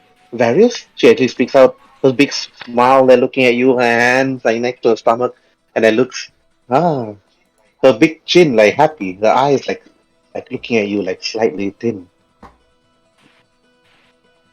Yes. I asked you yesterday about finding some sort of temple or some place where I can something that's dedicated towards law and order. I wish to train to become a priest. Um, have you asked around and found any place like this? While you were actually talking to Susanna, Susanna's eyes was actually fixated on this drunkard over here that's wobbly and then like, more, more, please. This ale is not enough. Not enough. Then Susanna looks at you, Various. Excuse me, Various. I need to treat to my one of my customers. He's a paying customer, so Then after she walks over to the table, pour him some drink. Here you go, young boy. Drink up. Then she walks over to you. Sorry about that, Varys. Varus, I have to correct you every time, woman. Why can't you get it right? Ah, sorry, Varys. And after that, you see the husband said, Varys, Varys, who cares? Tomato, potato, cicadas, who cares? It's just a name, boy. I'm sorry, I'm just. I feel a bit odd this morning, you know. Yes, I noticed, Ronald, you look a bit pale. Yes, I, I just feel like I need to get out of here. I've been here too long. And the drunkard then looks at you, Varys, and then he said, oh, and the young boy looks like he's seen a ghost. As if you've seen vampires or something biting your neck, and that's the type of look that you're gonna have. And start drinking again. Yes, I've seen worse. Joanna looks at you. Ah, yes. Well, if you really want to know about those temples, I did actually try to look around and ask around, and well, you should be asking the innkeeper Goric. That old man knows some stuff more than I. Yes, well, thank you for all of your help recently. I've been here too long, and I feel like something's catching up with me, you know? If you have always been welcome in Reston, Paris. Well, it is your home now, and you don't really have to go anywhere else. Besides, ever since you arrived here, you've been a great help. And the people here, we love you all the same. I see you as a son that I never had. I mean, even my own son, ever since he tried to become an adventurer, and ever since that accident where the arrow struck his knee, he never got over it. Okay. Skyrim. um, Yes. yeah, yes, well, uh, I, I, I have no interest in becoming an adventurer. I have a plan. My path is set. Nothing, and I repeat, nothing can get me away from what And is suddenly you got now. interrupted by this drunken man raising his bottle. Nothing stops us from being an adventurer, but uh, nothing will stop you. Tell you that. Will you be quiet, you foul beast? I'm no Know your beats. place. And then he, Yes, I'm sorry. I just don't feel well this morning. I have to go. Okay. I am sorry. Thank you for everything. and Susanna bows. Good luck. Take care, Varys. And so I will head over, I suppose, to the innkeeper, where I should have just went in the first place.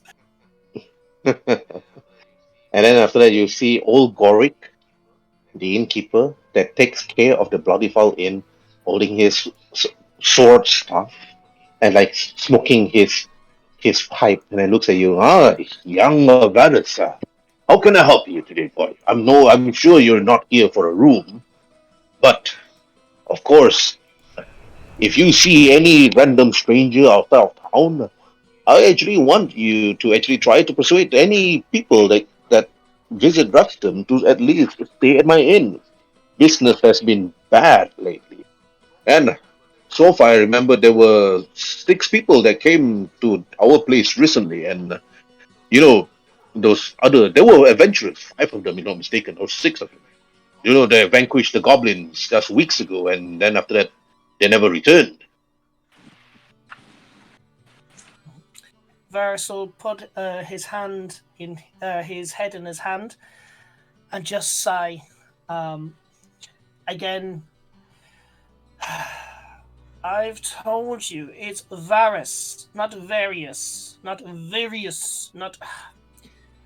Look, I'm sorry. I was just speaking with the innkeeper's wife, and she told me that you may have some knowledge that I wish to obtain.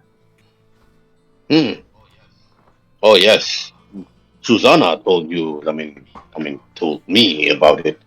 I've gone through some stuff, and after he goes to the table, took out a small map, and after that, he shows you the map. Uh, Let me show you something here, Varus.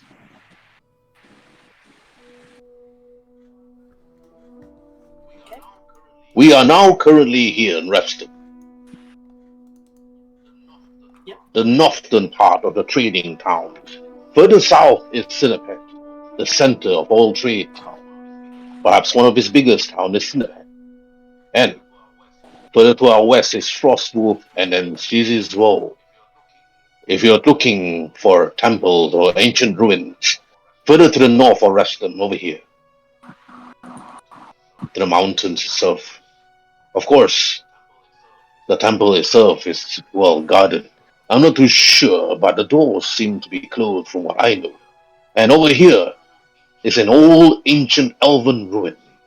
You don't see much elves nowadays. Not here, of course, not in this lands. But if you do see one, it'll be quite rare indeed.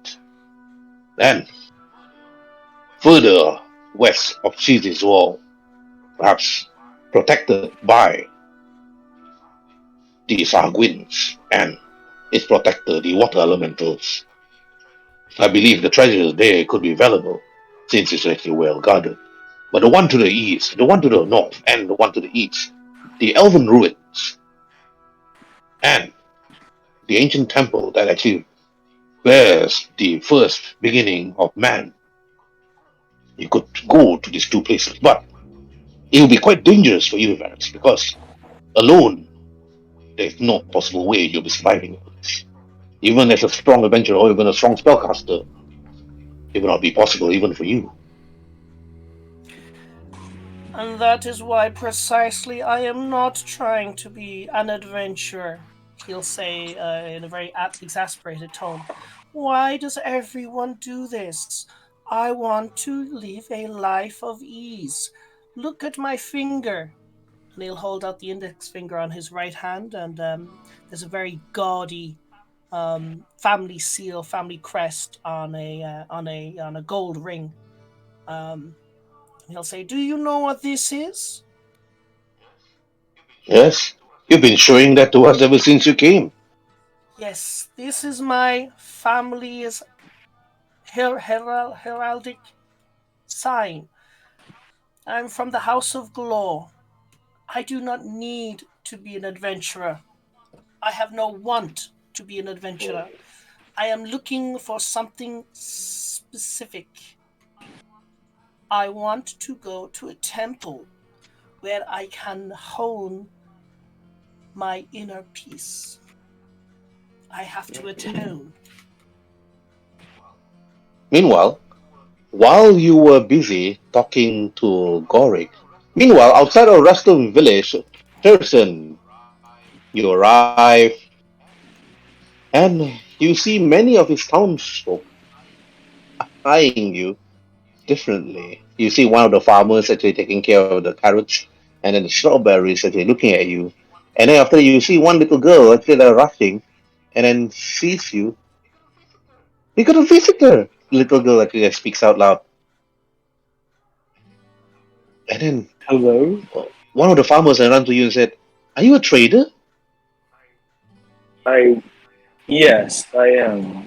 I come from uh, near a fishing village. I am a high-ranking negotiator. And the girl asked, Negotiator. Yeah. "Oh, which village are you from?" Village of Vok. "Avok. That's quite a distance from here, near the coast. Yeah. That's a really long travel." And and after that, she looks at you and said, "Well, I do suggest you actually head towards the nearest tavern or inn to get yourself. You don't look well. I'm very well. You look pale." I'm always pale. The coast, there's not much sunlight there. And the little girl, and looks at you. You look kind of sick, sir. I'm very well. Hmm. What is your name, little girl? My name's Lisa. Lisa.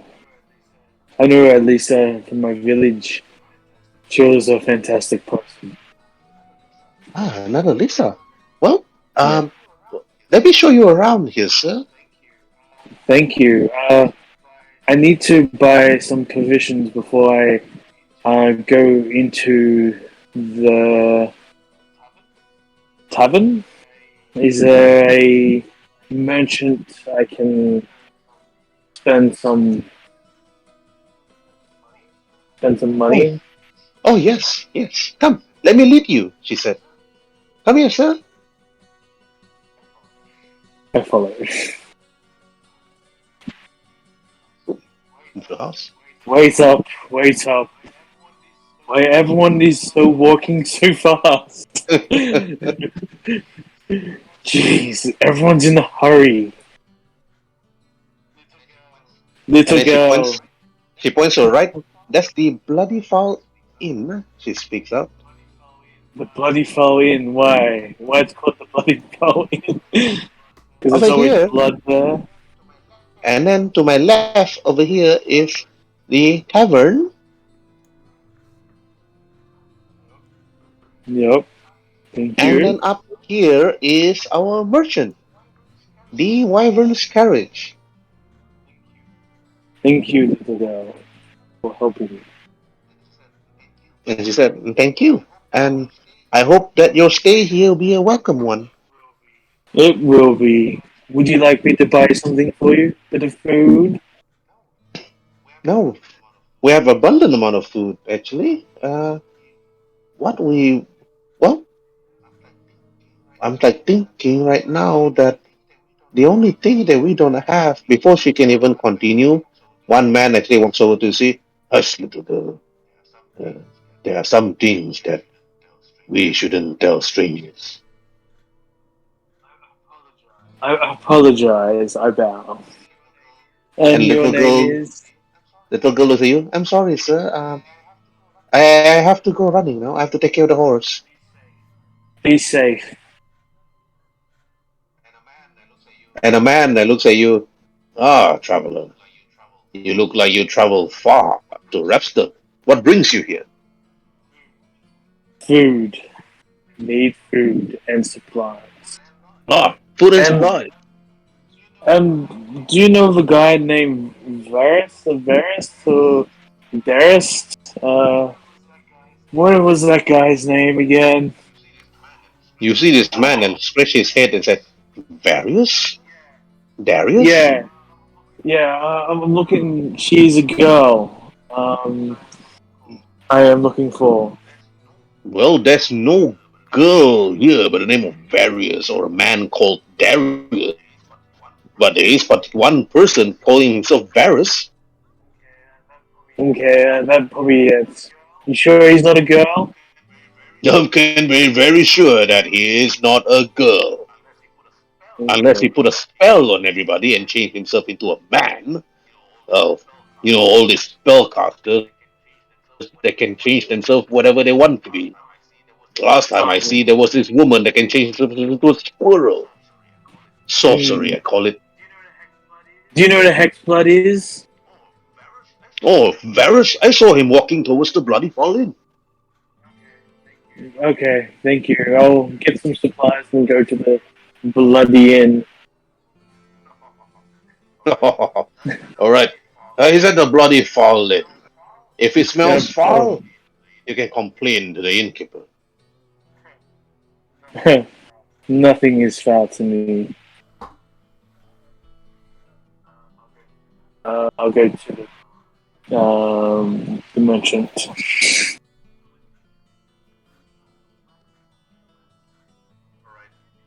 All right. Get over towards the bloody foul inn, and then after you knock on the door,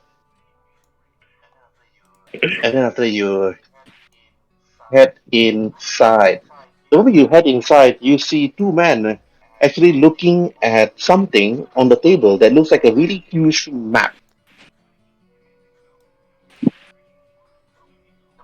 Oh, The moment you actually enter, this yeah. man somehow he turns away from you, Varus, and after he turns, a customer. Oh, yes. You are. And after the man that said, I'm Gorik, the owner of the Bloody Fowl Inn. I was just busy talking to young Varus here. Varus, you're not a girl. I got told you're a girl. I think you must be snaking on someone. I think. I'm confused. Varus will just look at you quizzically. Is that the new Well, thing they're calling me now? I mean, they I can't get my guess name right in this bloody town. I am new in this town, and a little girl named Tess. Very smart girl. Very smart girl. She has good dreams. What? Uh, uh, so I have a quest. You must aid me of finding a special artifact attacking near a village of mine, and I got sent here to find Varus, particularly because you're not a girl. That's bonus for you, believe me. He'll kind of raise his eyebrow. You can't afford me, you. And he'll kind of turn his back to walk away. Well, And after that, please. Gorik then looks at you immediately first and said, wait, a crystal that protects a village? You're from the village of Yes. Val. Yes. Oh, I know an old man that used to stay there a long time. He said that, oh, wait. He's a cleric. The guy who sent me is a cleric. Another pastor. Yes, I remember that young cleric, that young boy. I was referring to Yeah. his grandfather. His Ah. grand his grandfather was my friend, and he mentioned to me Ah. about a man that looks just like you, that hardly grew old, but you're not an elf. Elf can live up for hundreds of thousands of years, but you look I. you look I'm human good. to me. I do look human, but I am a half elf of Ah, some sort. half elf. And you talk about this mystical crystal that protects the village. This crystal Yes. that you refer to. And then after Yes. that, then Gorikson turned to you after that, Varus, and said, ah, I believe that fate sometimes plays a different part in this, Varus. If you're Yes. referring to temples and that heraldry that you hold, and somehow this young man over here, they just entered the tavern, mention of some crystal. It Um, seems that this crystal and perhaps, huh. And after that, he opens his map again and said, hmm, come here. What's your name? He points to you, Turson. My name's Tierson. So, Ah, and I'm Turson. Head over here, Turson, to the table. And Varus, look at this. Okay, both of you look at the map. And after that, he points at one location.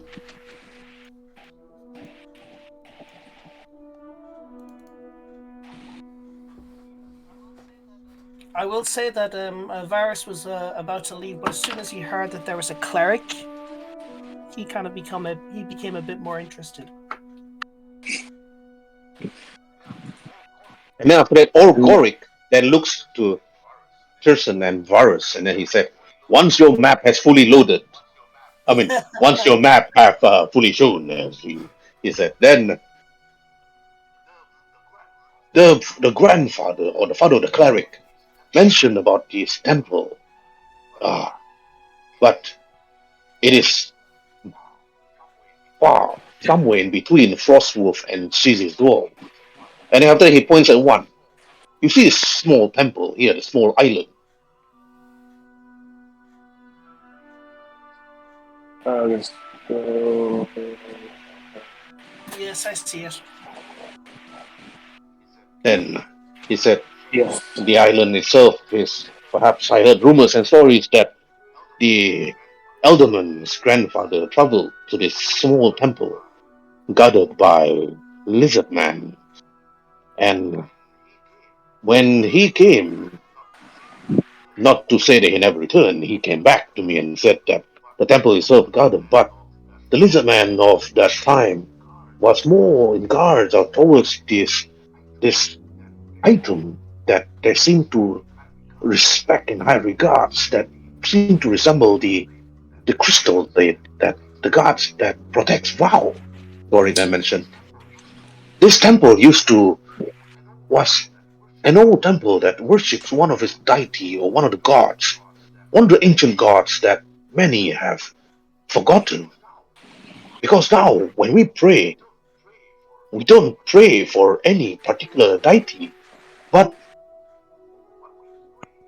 we pray to just somebody.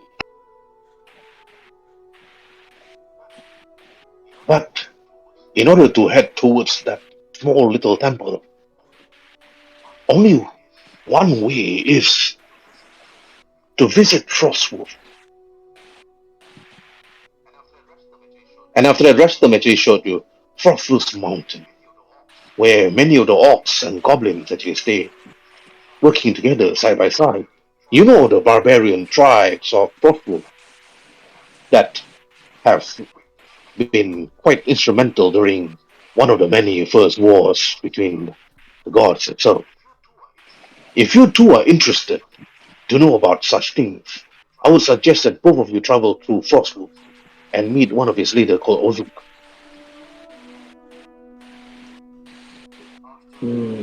After a rest and some food in my belly, I will visit these mountain folk.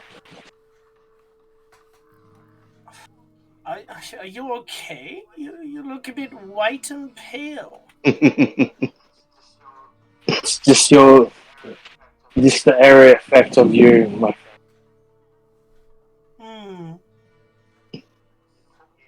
I You see. put me off. Put you off what? Nothing. You look a bit tired, young man. I suggest you should rest here for the night. And while Varus may decide what he wants to do based on his thing that he mentioned to me earlier on. Of course, he looks to you and then he looks to you, Varus, and after you stand and then turn to face old man Gorik. Perhaps you should travel to Frostwolf, Varus. Perhaps there you can actually find your answer. Yes, well, let's just say my answer is avoiding something. Anyway, you have been a very good friend for me these past few months. I appreciate it. Thank you very much. I Go appreciate home you now. too, Varus.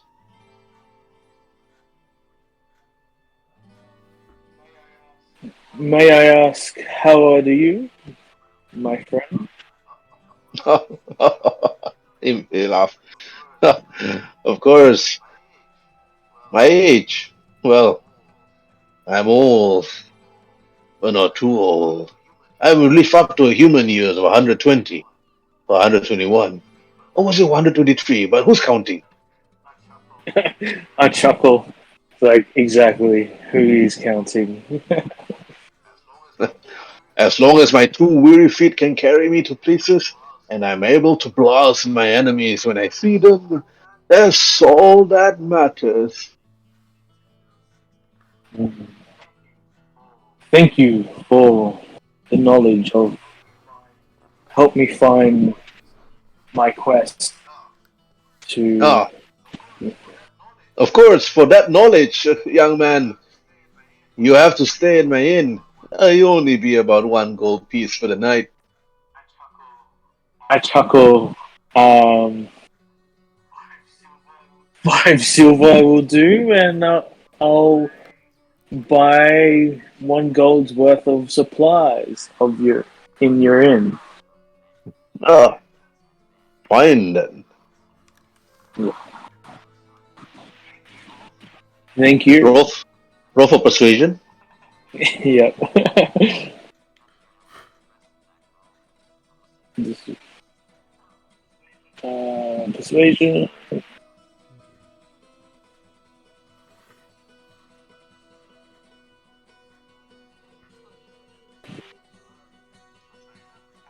Persuasion. I'm taking the 7.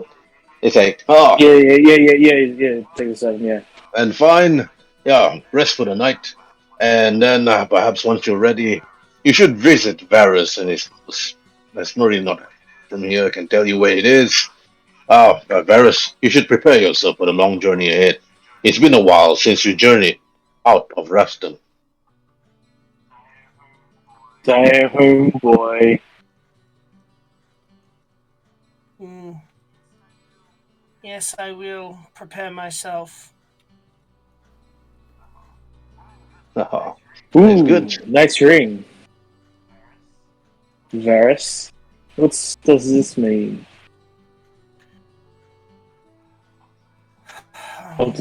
Why do I have to explain things to the common people? I I am not am a common. noble. Well, you're more I common than me. I am not. I am noble. You are not. Therefore, I I'm am gonna better than you. I'm gonna fit my noble ring, and I think my noble ring is much manly. Both of, and then Gorik, I look at you. If once you're both, or what, stop showing your ring. Perhaps you can do something else inside. This is what the nobles call a ring off. We show rings until the winner is decided. I've been in many travels, Gorik said, and I've seen many the ring off, and there's always something else written at the back of something. Well, at least mine doesn't say made in China. And with that, he might drops and walks out. Ah, China. I mean, China, spelled with a Z, not a C. China! I've, I. It's a very long travel from here. I'm surprised The you travel problem so with far, these ring offs, Paris. they start with rings, but they ended up showing something else.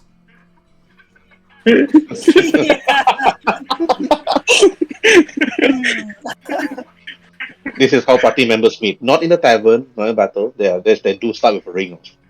And they have to meet, and after this they have to meet Duroton and Rinze. After this scene ends, I'm gonna go My talk to ring is much bigger than immediately. yours, right? It's bigger than yours. Oh god, the song I just think writes itself. Why does it bring all the Yep, boys to the right. yard? Wait, did we just finish? No. yeah. Are you guys done? It's like that means Yeah. Turson actually bought he rested for the night, then bought his stuff, Yeah. and after that Varys, and after that like prepared his belongings and then went over to his house and then prepared to travel. And from here, morning came, and then after that Turson and then Varys prepared themselves to head out of the village after meeting outside of the bloody foul inn. And then throughout the whole night, they were talking mostly about rings. My ring's better than your ring, and so on. and gambling. Yes. Friendly gambling. Okay. The moment you actually to head out, you actually head towards the north, passing the Wyvern carriage, and head straight towards Frostwolf. But it will take a number of days. So now it's going to be rolling a survival for this one. So it's either two of you can actually roll. Let me take out the traveling token. Sure. Okay, this is a traveling token. Now, don't go through the mountains. The mountains is very dangerous.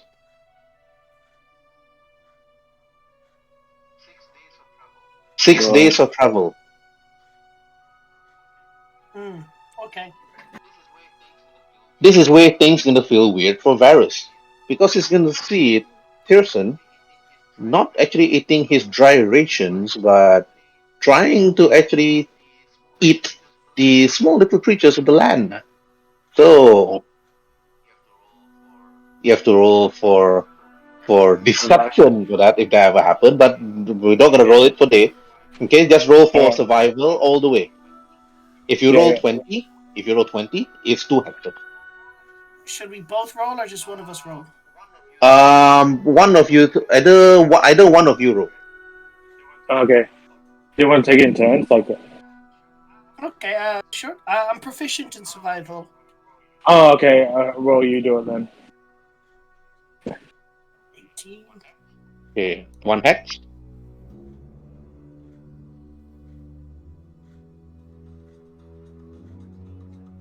14, 17, Ooh. 26. Come on, baby. Let's go. 2 hex. One moment, you need to minus your rations for each one of the days. Except Yeah, except 4 rations. except the nat 20. The nat 20. Net 20 is considered just 1 ration. Okay. So that's 3 rations we minus or 4? 4. And then one more survival, which actually you pass. So 5 days of ration. Ooh. This is where, okay, survival 7. Alright, you climb up the mountains, you've never felt you're tired before. Roll for constitution save, both of you. Yeah. Oh, how could you do this to us, Constitution. Ferris?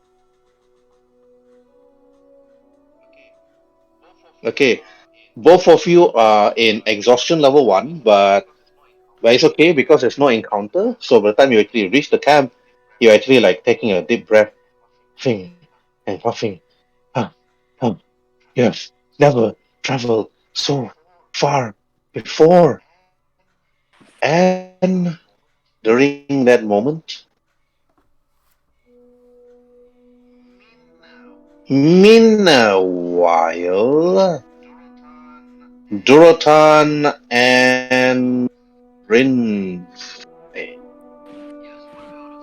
Yes, what about us? while waiting outside the house of Aslan Aslan? the Yep. Marquis, you see the young Tabaxi actually like, head out, and after he speaks, this happened just within a few short minutes.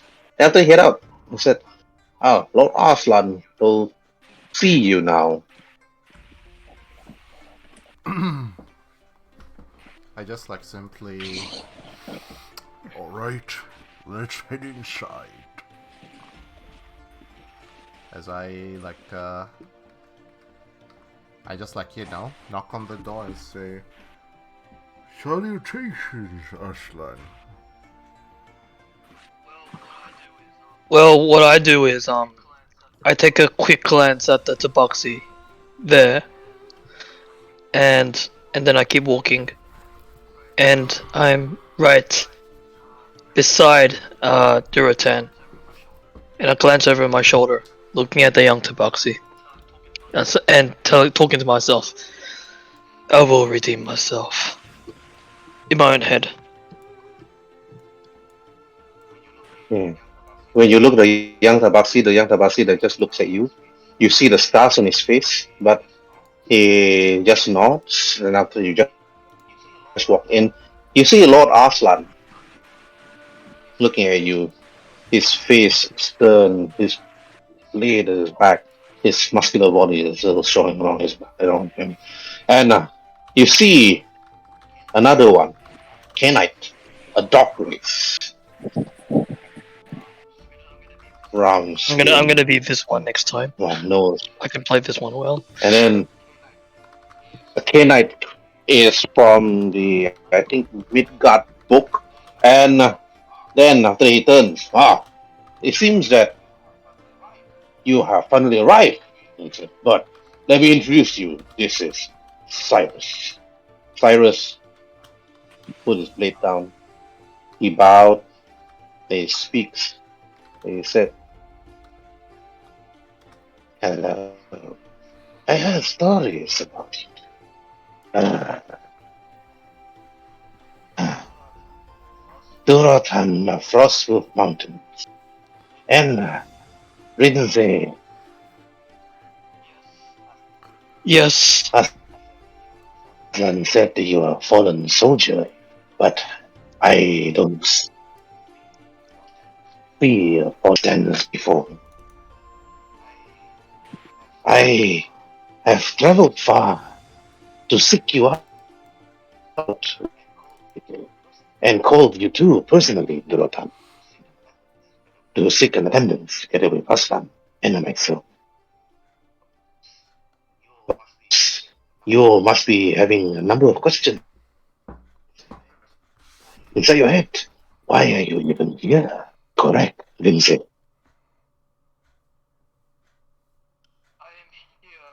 I am here for redemption. I am here to avenge my fallen brothers.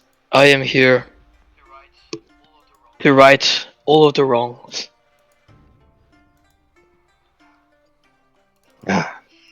The wrongs and the vengeance and the revenge that you seek out for your fellow Tabaxis will be redeemed, said.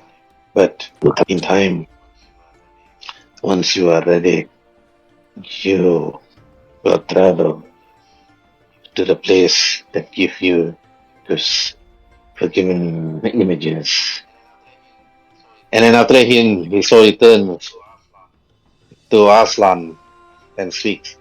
Aslan, if you don't mind, would you be willing to lend Rinze for me? I do believe that you feel as if the Rinze is not ready to wield the blade after what happened. I believe that he is truly ready. But after he turns to you, Duratan, Cyrus, and Duratan of the Frostwood, you succeeded in your initiation and defeating the Frost Bear on the mountains itself. You must be very proud of yourself. Of course I am. Oh, I How do just you reply? had full confidence. I'm very proud of the hunt. Unlike the other participants, I survived where they have failed. The Gushak Festival initiation is indeed a feat only a man would take. Even as younglings, we look forward for this day. Then Cyrus replied, only problem is, there was no man that participated in the initiation exam, the same as Lindsay. However, his have haunted him for many years. But for you, your travels will be different. But, ah, then he turns to Aslan, said, Aslan, have, have you decided? And Aslan slowly walks towards you, Rinze. Then he speaks. Rinze, I'm not fully sure if you are ready for this one. You have always wanted to avenge many of the fallen brethren of our fellow kittens during the time you lead them. into a battle that you thought that you could win.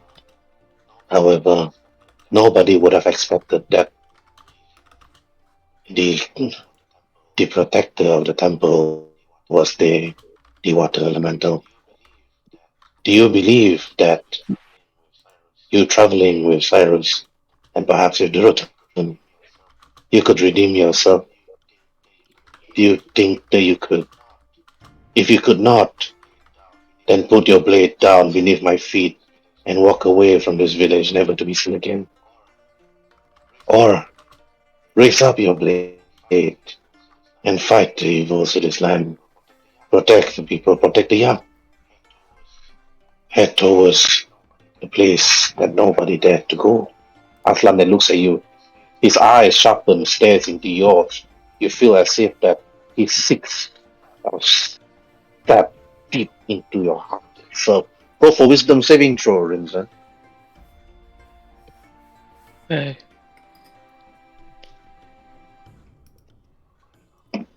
I'll load it up. Wisdom saving.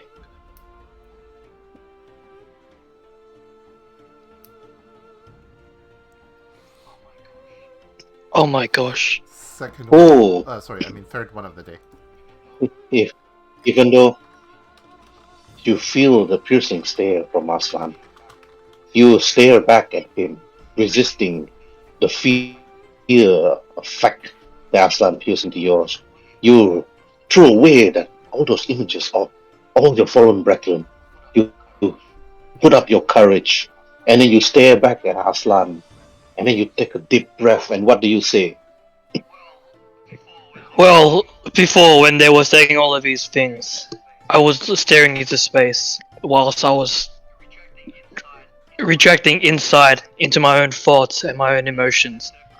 And I looked into the ground for what seemed to me like 5 minutes, but in reality it was more like 2 seconds.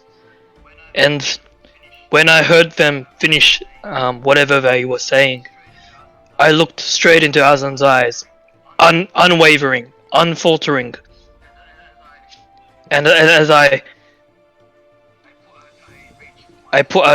reached for my sword without moving my eyes away from his eyes, and I lift the sword up and I point it at the sky in almost like a 45-degree angle. I would rather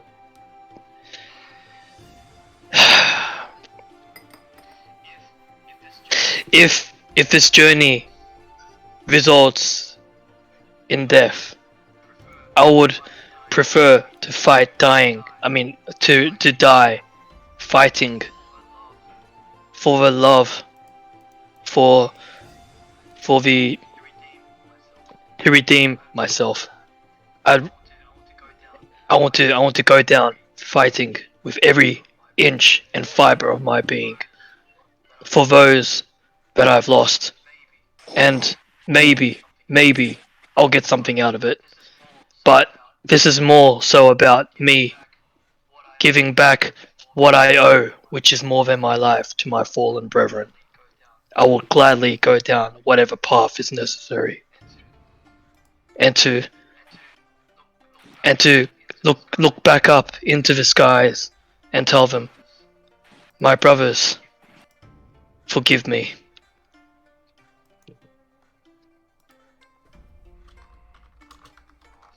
And then Aslan looks at you. I always knew that you actually have a very strong resolve, Rinzai. You have never disappointed me.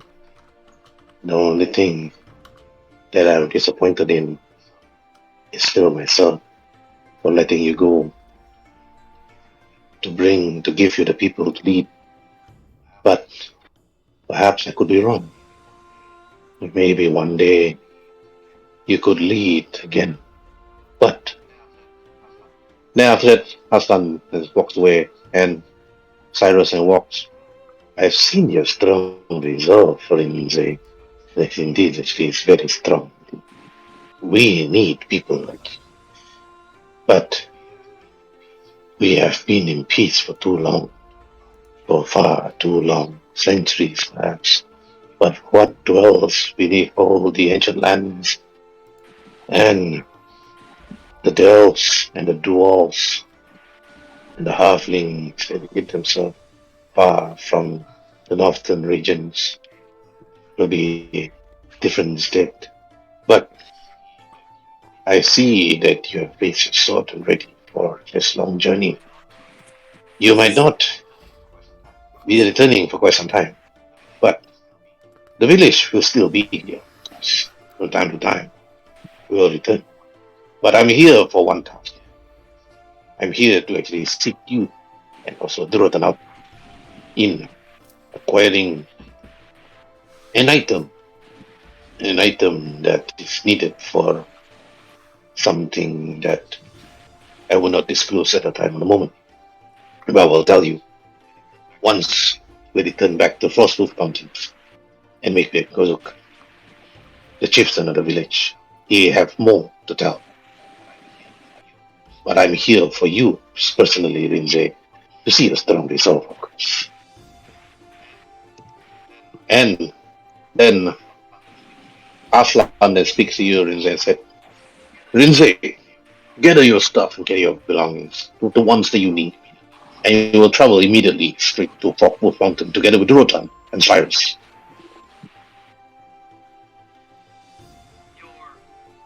Your orders are my bonds, and wherever it leads me, I hope it leads to the path that can open up a way for me to look up into the heavens again and not be with any regret, any to unwavering regret or those other things.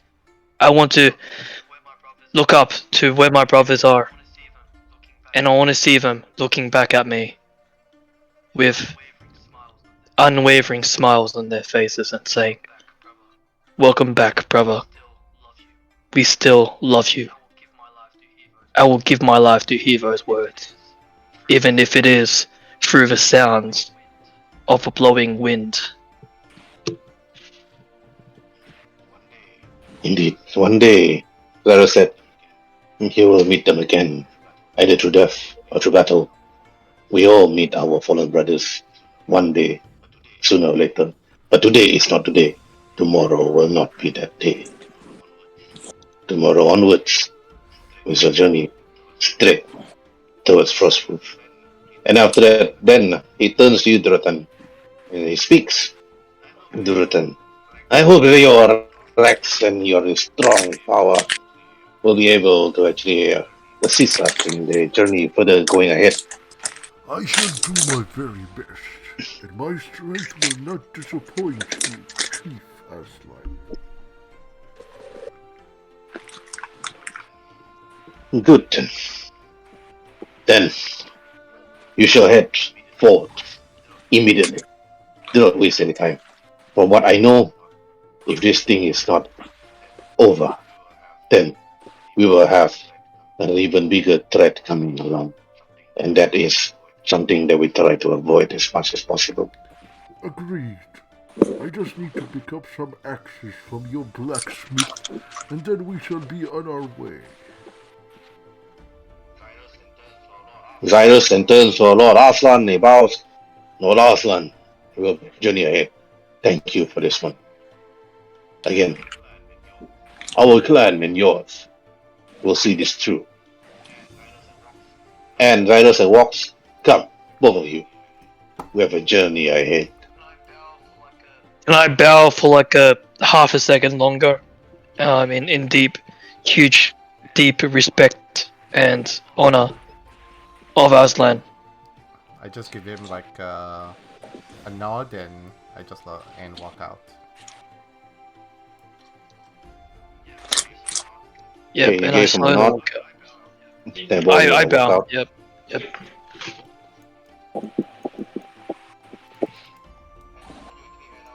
And the moment you actually head out from Aslan's house, Cyrus actually speaks out.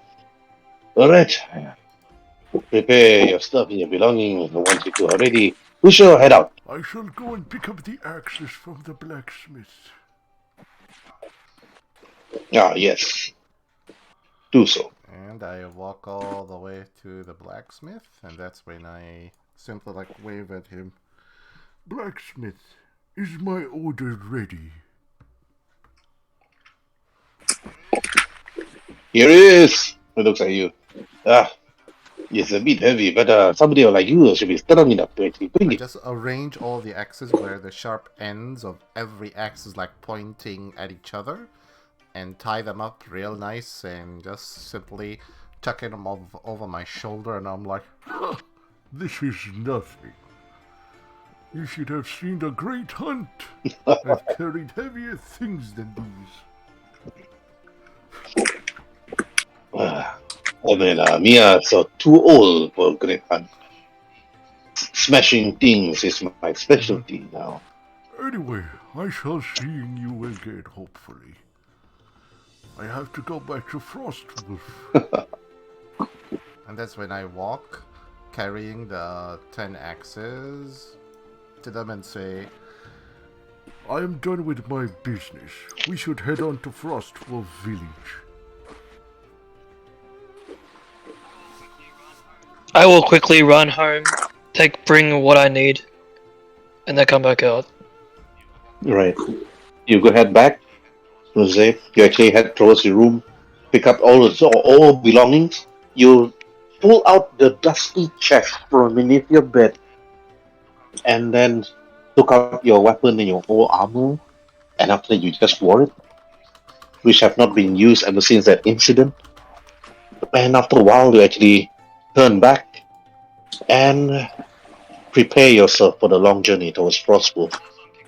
Yeah, whilst I'm picking up that sword or warhammer or whatever weapons I'm using, I kiss it right on the head, but not on a blade, lest I cut myself.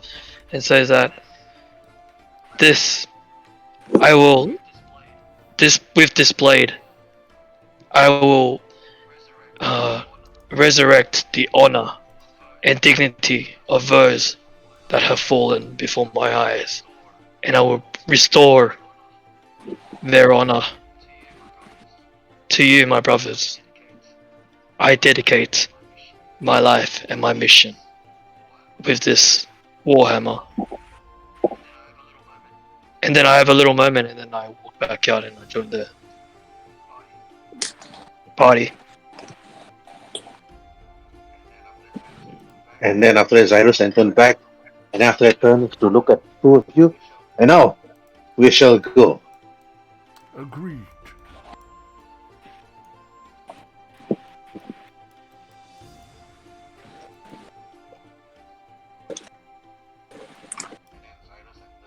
And then Zyrus and turns to Rinzai and said, It's been a while since you traveled out from the village. This will be the first for everything, Rinzai. Well, the first time I walked these paths, I was wrought with determination and optimism. But this time, it's only determination and resolve.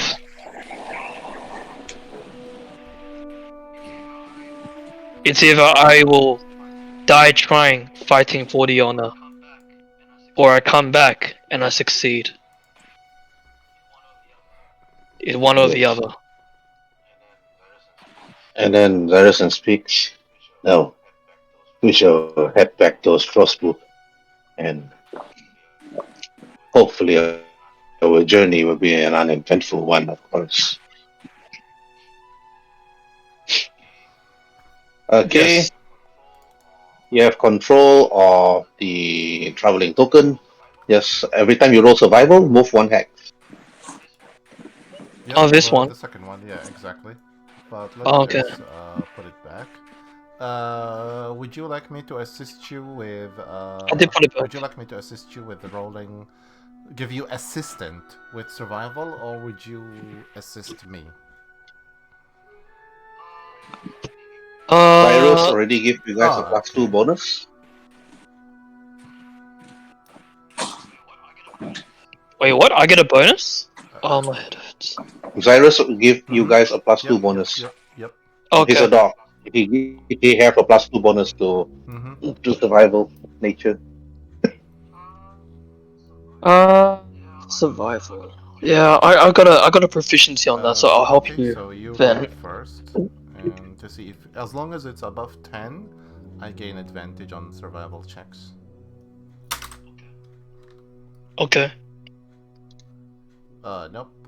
Just a normal survival check then. And here we are. Okay, that's 15, and we're gonna move one hex. Let me just zoom in on the map, and okay, that's -1 ration. Hang on. How do I do that? Go directly to your item.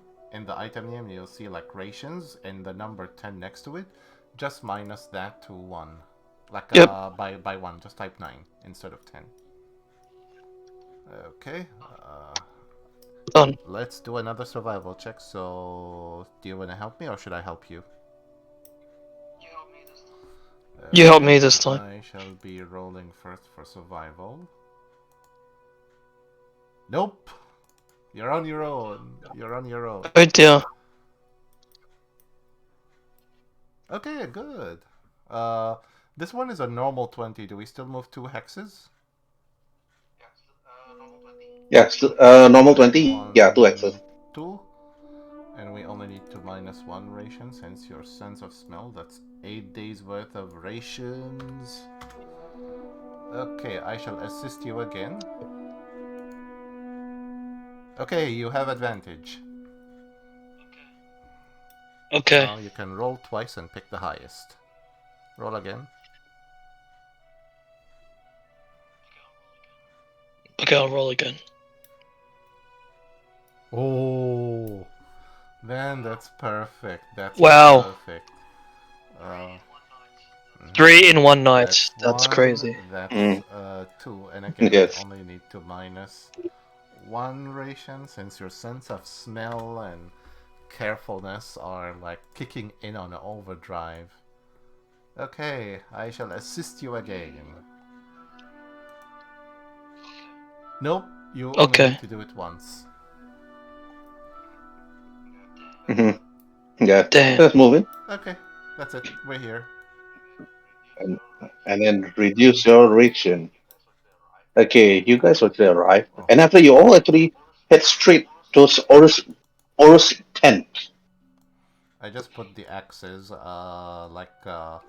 in here on the side and oh No, you put the access oh here, the storeroom, oh okay. underneath the So I waterfall. already took them, or they're still on my person. No, you actually head straight towards the waterfall, put it there, then you Oh head okay. back Yeah towards yeah the yeah tent, yeah.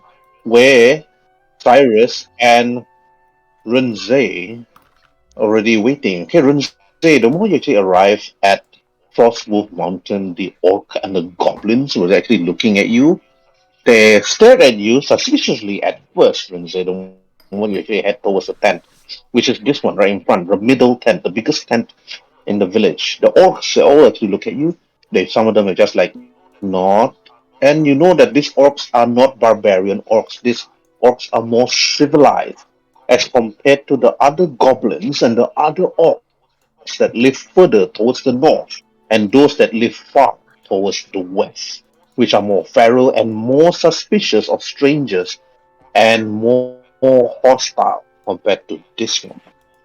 And Frostwolf was one of the orcs that actually made sure that all living things, all humans, or elves, or goblins that can think and want to be good would live together with him.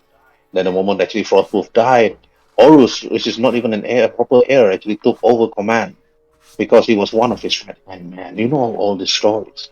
But until Horus can find another successor that can actually lead the Hawks, he would temporarily lead.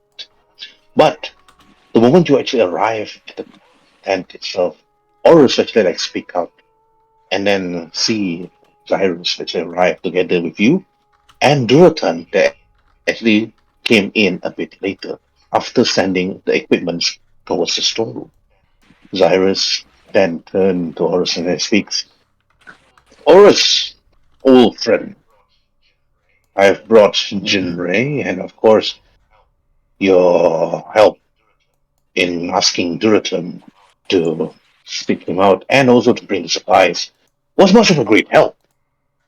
But again, he speaks. Horus, what is this matter that you actually want us to actually look into? I've been wondering what it was. Then Horus turns to you and face you so that, like, then Ray and say, and after that, then he is much shorter than you, of course, for his race. They look up and stares at you and said, "Ah, so you must be the one that they mentioned that actually massacred the young Tabaxis." I stare into the corner of the room, the top corner, like any corner. And I says, "Yeah, their souls and their cries, they haunt me day and night." I'm not a bard. That wasn't meant to rhyme, but anyways. Um, yeah, I am here to, well, bring justice back to them, and fulfill the burden of making it that their deaths weren't in vain. I live with the burden of having over my life.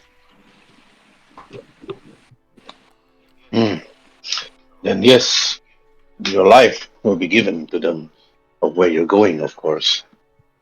You notice that this particular person, Horus, his name is, seems to be carrying a blade forged by one of your blacksmiths. A simple katana, it seems. But when you look at it, then you think that the people of Frostwolf and the people of Sinzo have always been quite close allies. But so far, the threat of the goblins to the north and the west have never been such a big threat to you and its people.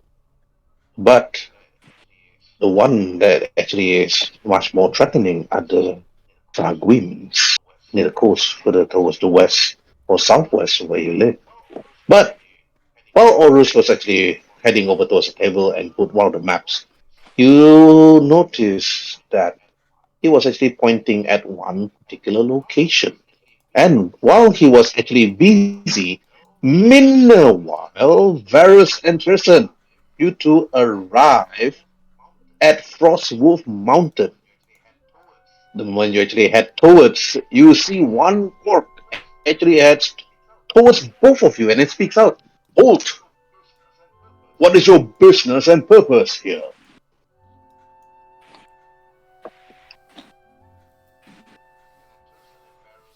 And then Turson and Varus just stayed quiet, staring at the orc. I'm gonna talk to Varus. Play it cool for me. Do you want to go first? Please lead on. Okay. Alright. Turson, 2 actions for you, and then after Varus, 2 actions for you. Alright. I approach. Okay. I pretty much say, "Hey, good friend. I came from a long travels to come to this village to see your chieftain, to help with our quest." Planter. This is like perception. I love perception. Persuade. Roll persuasion.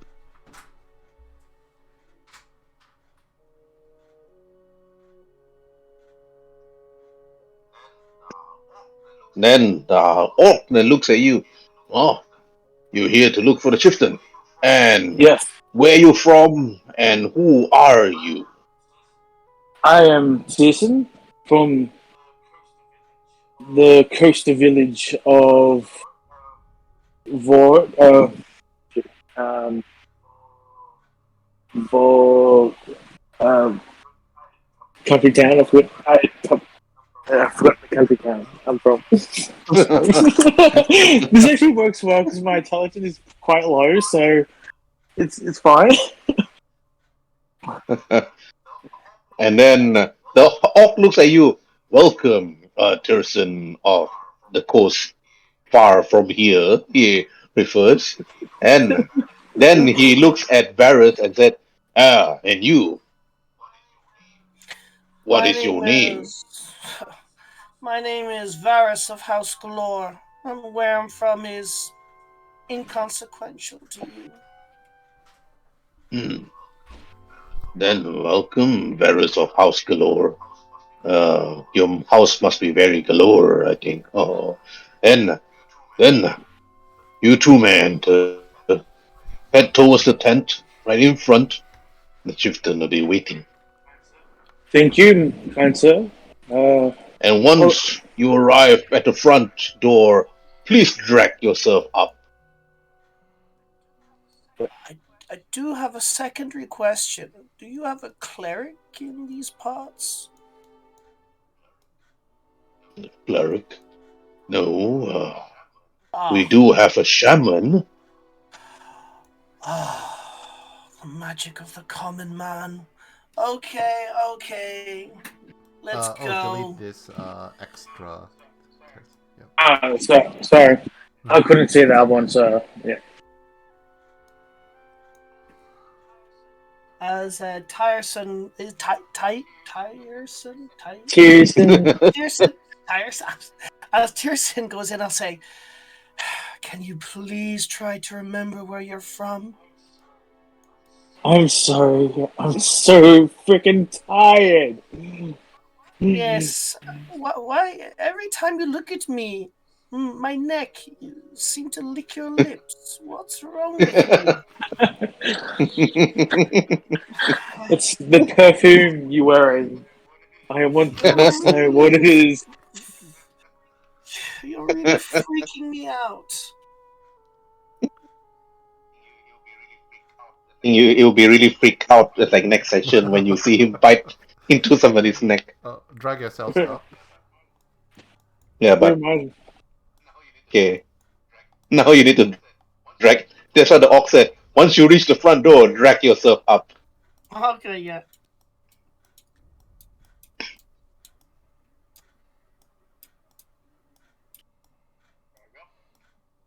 Drag up. It's not letting me. I'll Oh, drag you need yourself up. to. I'll drag your I'll drag your character up. Thank you. Thanks. Okay. Alright. Rinzai, Durotan. And then the moment Horus took out the map and actually was pointing at what particular location, suddenly you see two people walk to the tent. And then you turn to see two humans, apparently. Oh, you believe they're humans. And then Rinzai and Duratan basically turn to face them. And then Cyrus actually speaks up. Ah, finally, Varus and Tirsin of Varus House Galore is here.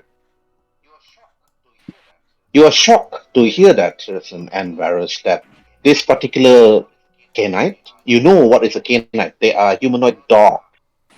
And but other than the race itself, you're more surprised that he knows both of you. Um, Mm. I'll blurt out in a different accent, in a different voice.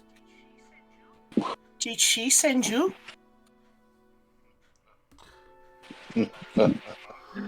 Cyrus and just laughed. Var- Varus of House Galore. Ah, expected as much. Well, if you are here together with Tirson, I know about you. I've been to your village many times as a trader Yeah. and traveler. I heard stories about you, stories that I prefer not to believe. The But Disol room is my friend. uh, and then and then Cyrus then looks at Rinzai at and then to Duratan. Duratan, Rinzai, let me introduce to you. This is Tirsan of Ba, and then Varus of Oh, House Galore. okay. And they have been summoned here for the same purpose. And after he turns to Horus, Horus, will you please explain? And then Horus then looks to Tirsan. Yes, let me explain further the reason why you're all here at this very moment. It seems that a magical crystal, multiple magical crystals, has been reported missing. I'm not too sure to say what is missing. Even the ones that here, the ones that protect this village, just float away. We did not see anyone or anything carrying it. We just saw the crystal being lifted up from one of our pedestals and just flew to a certain location. And then Horus then looks at you, Varus, and he speaks out and said, Varus, as a man, as a person of the arcane art, you are needed here. Of course, this will require your expertise the most. I'll act surprised. He took out a What? small map. He took out the map and he said, look at the map here. The map is the same one as Oric, the innkeeper at Ruthdom, actually showed you. Again, Horus actually showed you that small little temple at this small little island further towards the south. Again, I'm gonna go to the world map just to show to everybody. Again, it's like where it is.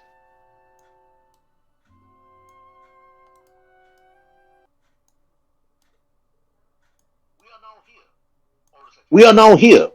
Horus actually pointed. Frostwolf Mountain.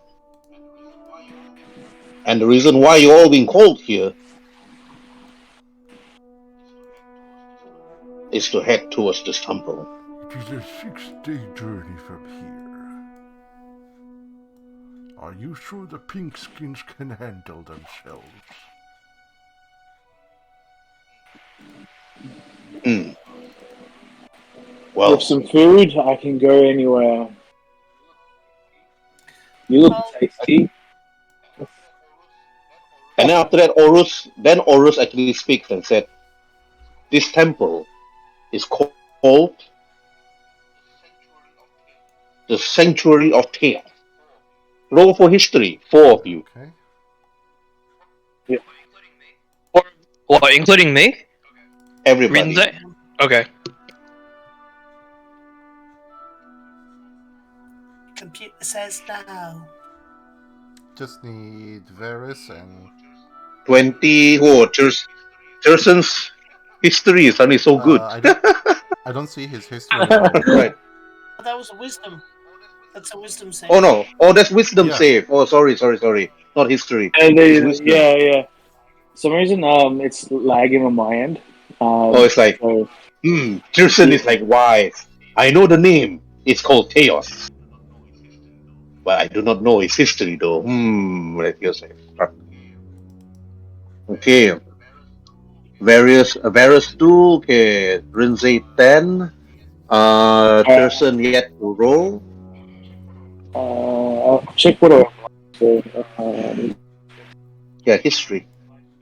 yeah. Like it's frozen on Roll20 for me. Yeah, it's freezing. Oh, It's like okay. started. Yeah. So That's not good. Okay. Alright, the DC is actually 15. Mm-hmm. Okay, Duratan. Even though you're a man of muscles, but you never forget what the elder Frostwolf have told you ever since you were a young boy about the many temples and the many ancient ruins around this region. You know about the Century of Tapes. not chaos, it's called Mm-hmm. TEAOS, Chaos. Yeah. Century of Chaos. Chaos. Yeah, the Mm-hmm. Century of Chaos is where many of the lizard men dwell. But the lizard men have always kept to themselves. Always kept to themselves. They never invade. They never cross the river itself. They never disturb on a hole. They've never disturbed Chisel. They've never disturbed Frostbooks. But they are guarding an ancient secret or an ancient artifact within the Century of Chaos, which has been around for centuries. And it seems that Horus actually speaks out and said, the Century of Chaos is where we found out that many of the crystals from Chisel, Reston, and Vow has flowed to. I believe the same could have happened to Cinnabar, Momoroko, and Honorable. We're not too sure what actually happened. We're not too sure whether somebody is using magic to bring the crystals further in. But you have been called forth here to actually investigate this issue. How you deal with this is up to you. But if the lizard man actually notice you all coming, they will not attack, of course. But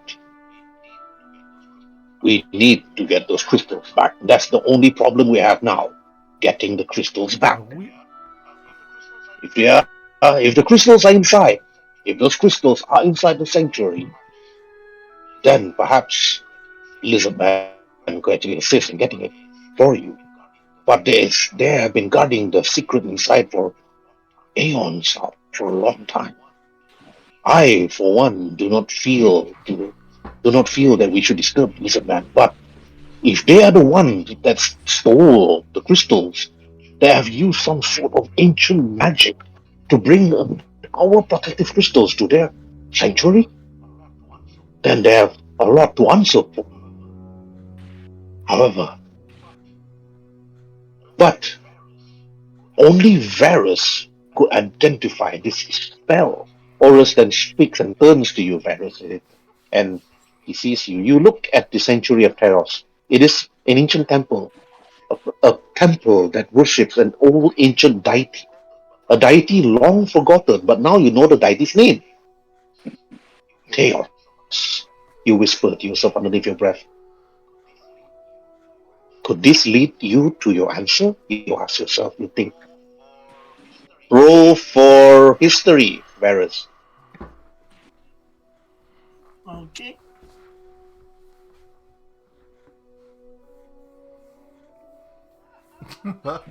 How is it?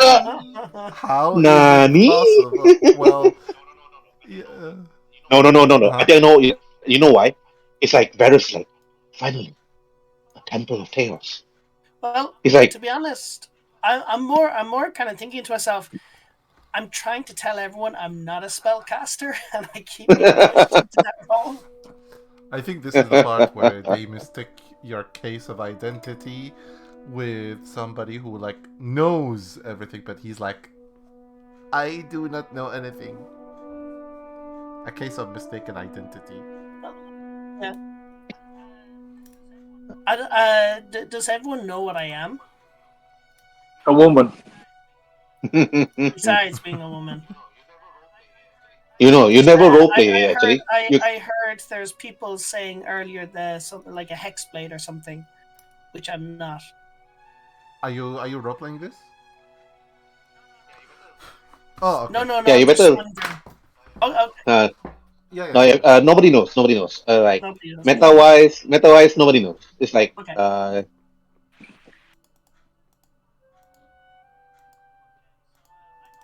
Okay. So I don't know this place at all. And I shouldn't really know this place because I'm quite new in the area. I mean, I'm not born in this area. So, hmm. mm. And after that, then Well, I will. You know what? I'm going to make shit up. Sorry, stuff up because I am going to deceive everyone. and then Cyrus looks at Oh, you. yes. All right. Theros, I know this place. Yes, I know it well. Okay. Everybody roll for insight. I'm rolling for the NPCs also. You need to beat 23. Oh You God, ain't being no! 23. No one is beating 23. Oh man, that would have been perfect. When no. Can someone roll for me? Insight. It's a +1 to whatever roll. Mm-hmm. Just a, oh, Oh. That's a 2. Nope. Okay, Sorry. Rinze 6. It's like and so on. I'm like, I can smell All lies right. on anybody else but him. He's telling the truth. And then Cyrus then looks at you, Varus, and he said, the dog, Henite, and said, oh, then surely there are some other informations they have not told us about. What do you know about this place, Varus? I'm going to wax lyrically about the potential history.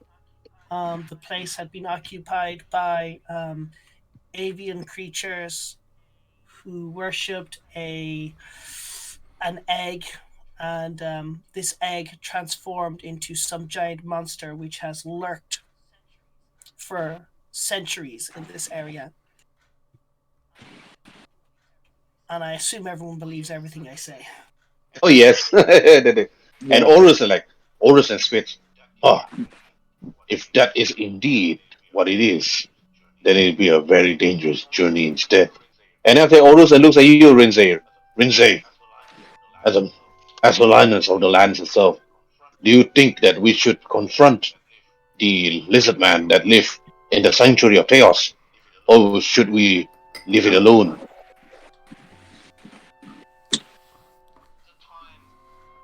There's a time for everything, and a place and a time that goes together.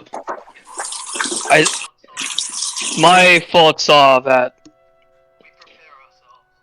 we prepare ourselves because from my speaking from experience, diving headfirst into things you do not know much of will only lead into misery and regret and pain. So I say, let's do our due diligence and prepare as much as we can, but not take too long, but take as long as that is reasonably necessary. Iros looks at you and said, such wisdom, a wisdom of perhaps. Are you sure you're not a cleric? I thought I was bringing back a warrior. I am not a cleric, but I do have my experiences, and experiences like the one that I have, as painful as they are, as hurting as they are, well, it is my bonds and it is something that haunts me. But nonetheless, it is something that informs my opinions, my thoughts. Hmm. And then Zyros said, indeed, indeed, indeed, of course. And then he looks at you, Terson, and said, Terson of Vow, how should we proceed with this? Hmm. Caution is everything. Overpowerness is everything as well, but if we overthink things, it takes too long to do things. I think I agree of the wise owl.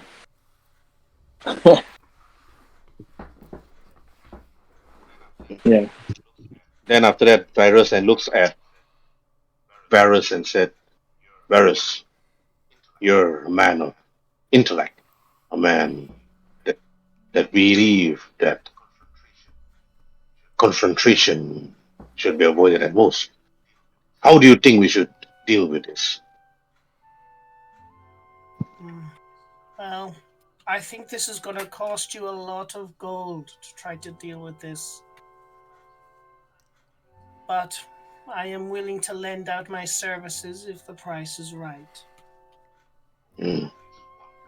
Gold is one thing.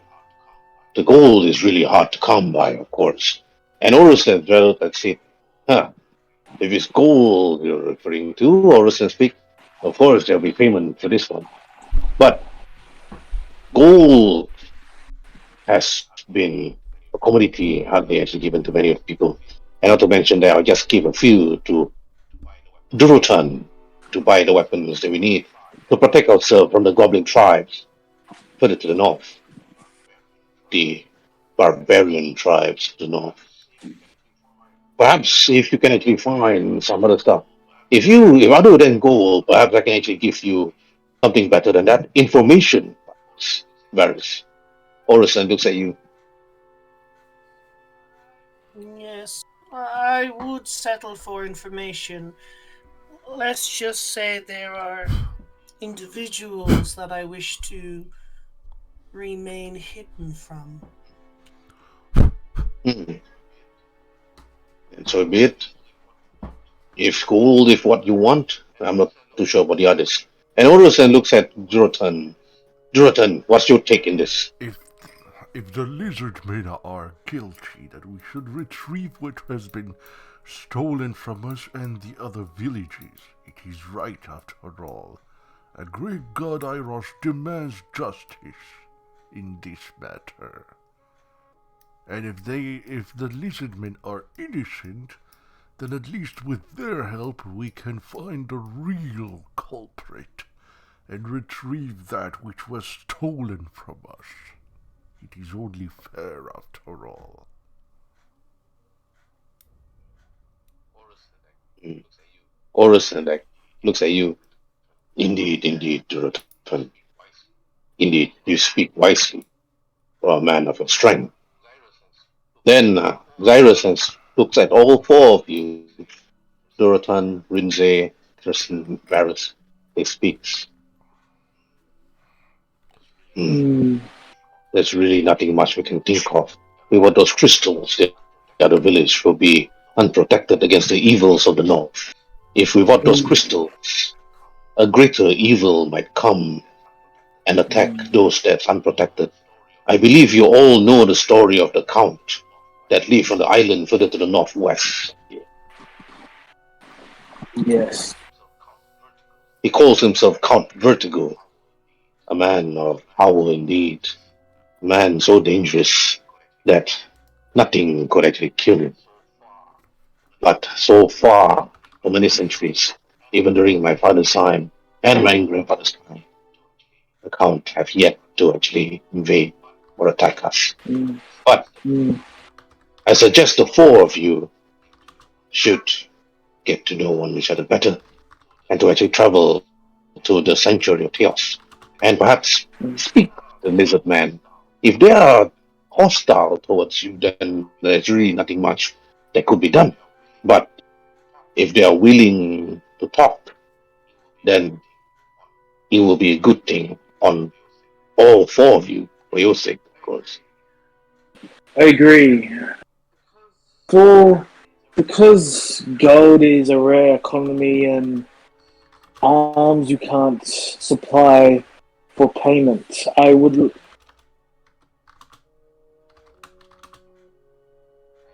Hmm? I would. What? Got cut off. Uh, because of that, I say agreement of trade with my village.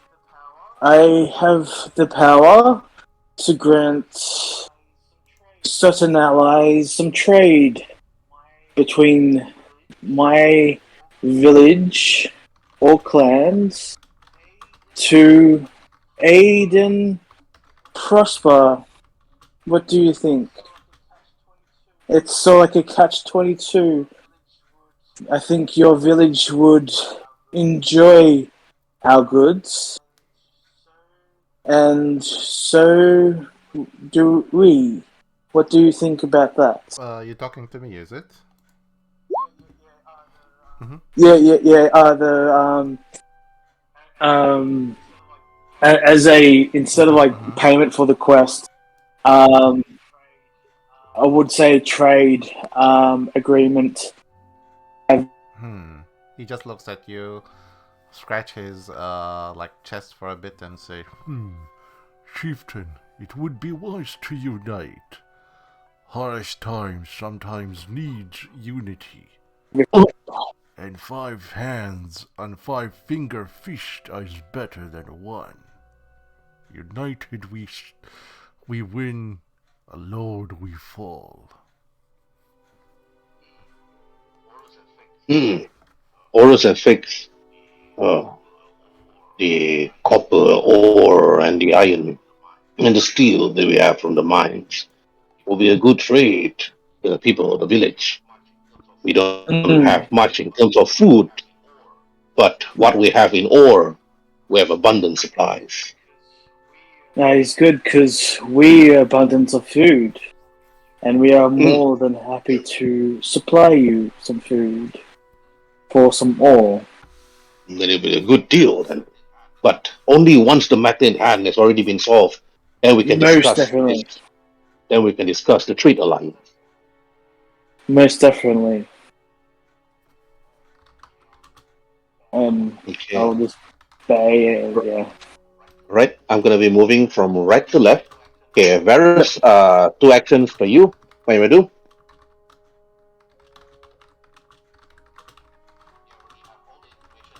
You already have all the Okay. information needed. Okay. Just role play away. Okay. Yeah, I would like to try to get some supplies because I'm be running low. Mm. I assume the chieftain will be happy to supply us with provisions. He will be able to supply the provisions, food especially. But other than that, nothing more.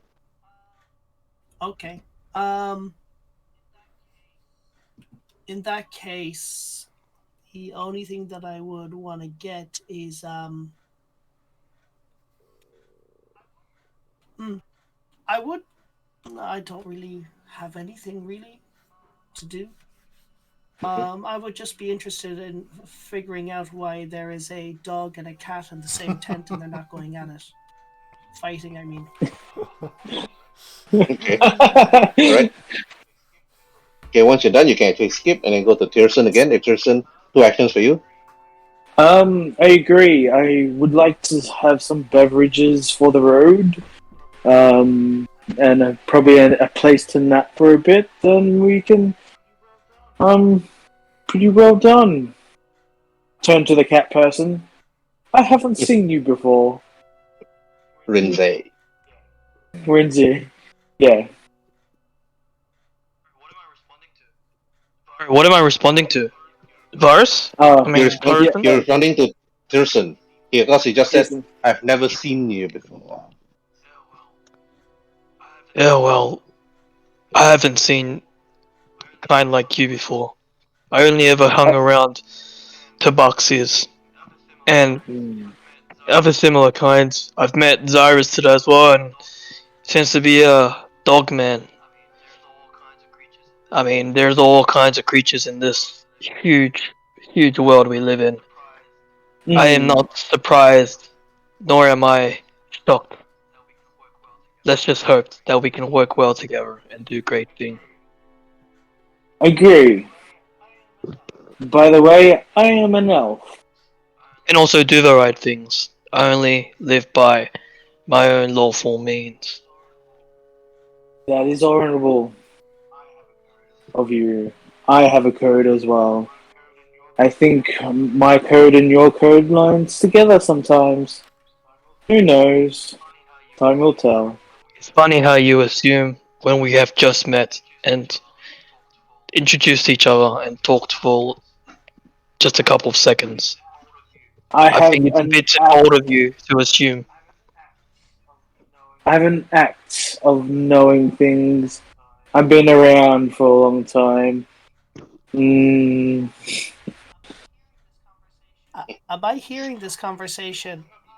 Yeah, of course. You're all. yeah, of course. Can I do an insight check? He's now said I'm a half elf in such a strange way several times. I don't believe anything he says. Can I insight check him as one of my actions? Yeah, sure. It's like insight.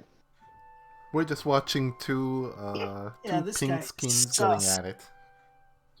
Well, Oh, it's like you're unsure whether this man is actually telling the truth or a lie, but he's been telling a lot. It's like first he said it was a half elf, Let now me he's saying actually it's an roll elf. another insight. Oh, oh. Okay, disadvantage for you. Well, Disadvantage, you hardly know the it guy. would be Okay, funny if never it mind. was another like net 20.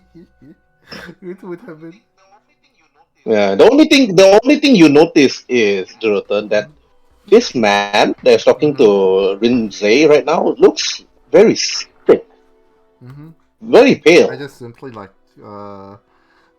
a bit and say to our chieftain, Maybe the small pink skin needs some meat on his bone. Look, he's so pale. Even the younglings are afraid of him. Here, Rinzai, while you're talking to this man, roll for insight. He Okay. looks a bit he looks a bit sick to you. Roll for insight. Let me just pull it up. Insight.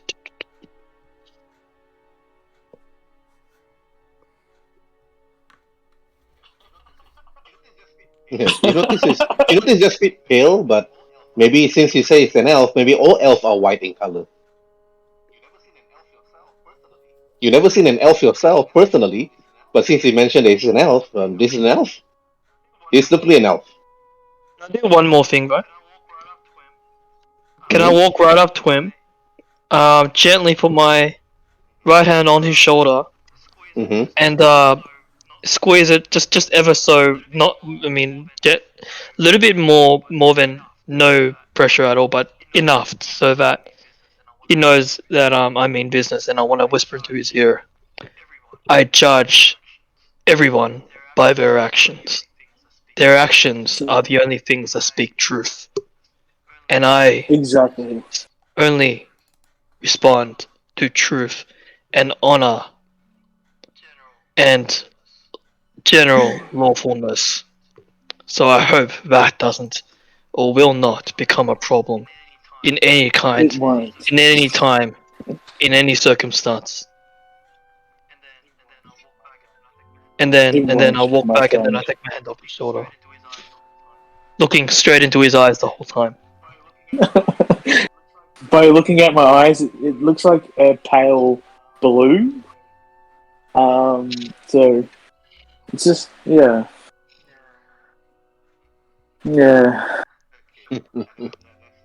Okay, and then after that, let's skip that. Okay, and now it's like the person is done. Okay, Rinzai, two actions for you before lastly, like Turatan, before the end of the section. Okay, Rinzai, you. What do you want to do? What do I do? What do you want to do? Well, just so I can sell my point home fully. I like to use intimidation because that's kind of what I was trying to do there with that interaction right there. So can I roll intimidation? Yeah, sure. Go ahead. Yeah. Just so that he knows that I mean business when I said what I want to say and I don't want to repeat myself. Okay. Alright. Like growl. Okay. Roll 22. Alright. Intimidation, to resist intimidation, you need to roll wisdom saving throw. You're not supposed to defeat the intimidation 22. It's just DC 15. Yeah. You're intimidated. I'm very intimidated.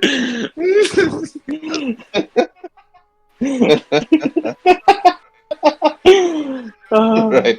Like, So in this interaction, I'm just proving that I'm the alpha. Out of us two, I'm the dominant one. And if he does anything stupid, then I will let him know about it. One of the ways that I'll know about it is with my lion hands. I will slap him across the face like a bitch if he does anything stupid. okay. Alright. And then after that, then okay, last action. Rinzai, what you do? I want to bitch slap him just so he knows that I'm in business.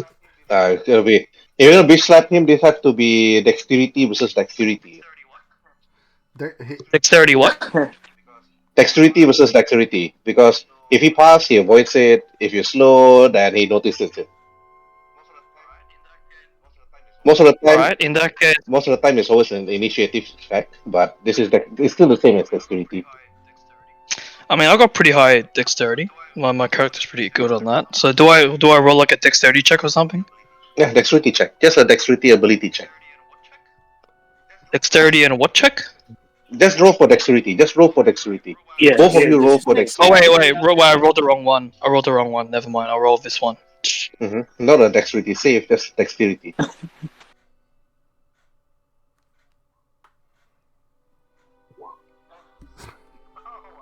oh wow. Wow, they were both high. No, nevertheless.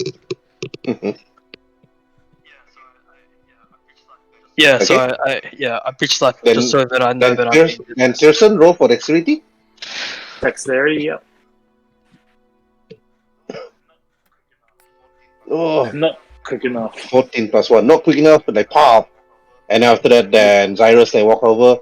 Alright, enough about that. You're supposed to be working together, not against each other. Agree. Otherwise, And I'm like, yes, I don't want to see anything stupid from you. Otherwise, you'll see this hand again in your face, just like I see my fallen brothers in my dreams. I hope you don't get PTSD next session. I have a feeling Varys will turn around at some point and say, "Yes, we know your fallen brothers, yada yada yada. Move on." okay. And I will Lastly, get slapped. lastly, Dorothy, two Simply, actions for you. Look at the chieftain and say to him, If the lizard men are at fault, how should we deal with them, chieftain? I will leave everything up to you.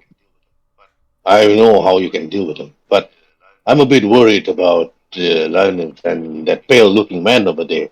They probably could kill each other before they even arrive at the Lizard Man Sanctuary. I'm more worried about that actually.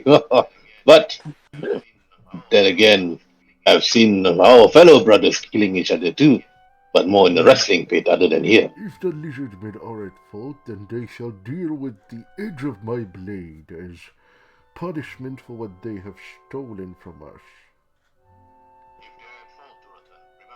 If they're at fault, Duratan, remember, negotiations first, bloodshed Agreed. later on. uh, But you are going against Lizardmen. They are a clan of their own, so be careful who you face. There are only 4 of you, and there are more of them. Agreed. Let us hope that we can face a little number of them, so we can punish them one at a time. I hope so, Duratan, for your sake, and for our clans, and for Rinze's, and for the others. If anything is not solved by then, Reston, Silverhead, and all the other nearby village will have to actually deal with the next catastrophe if this ever happens. But we will still live on.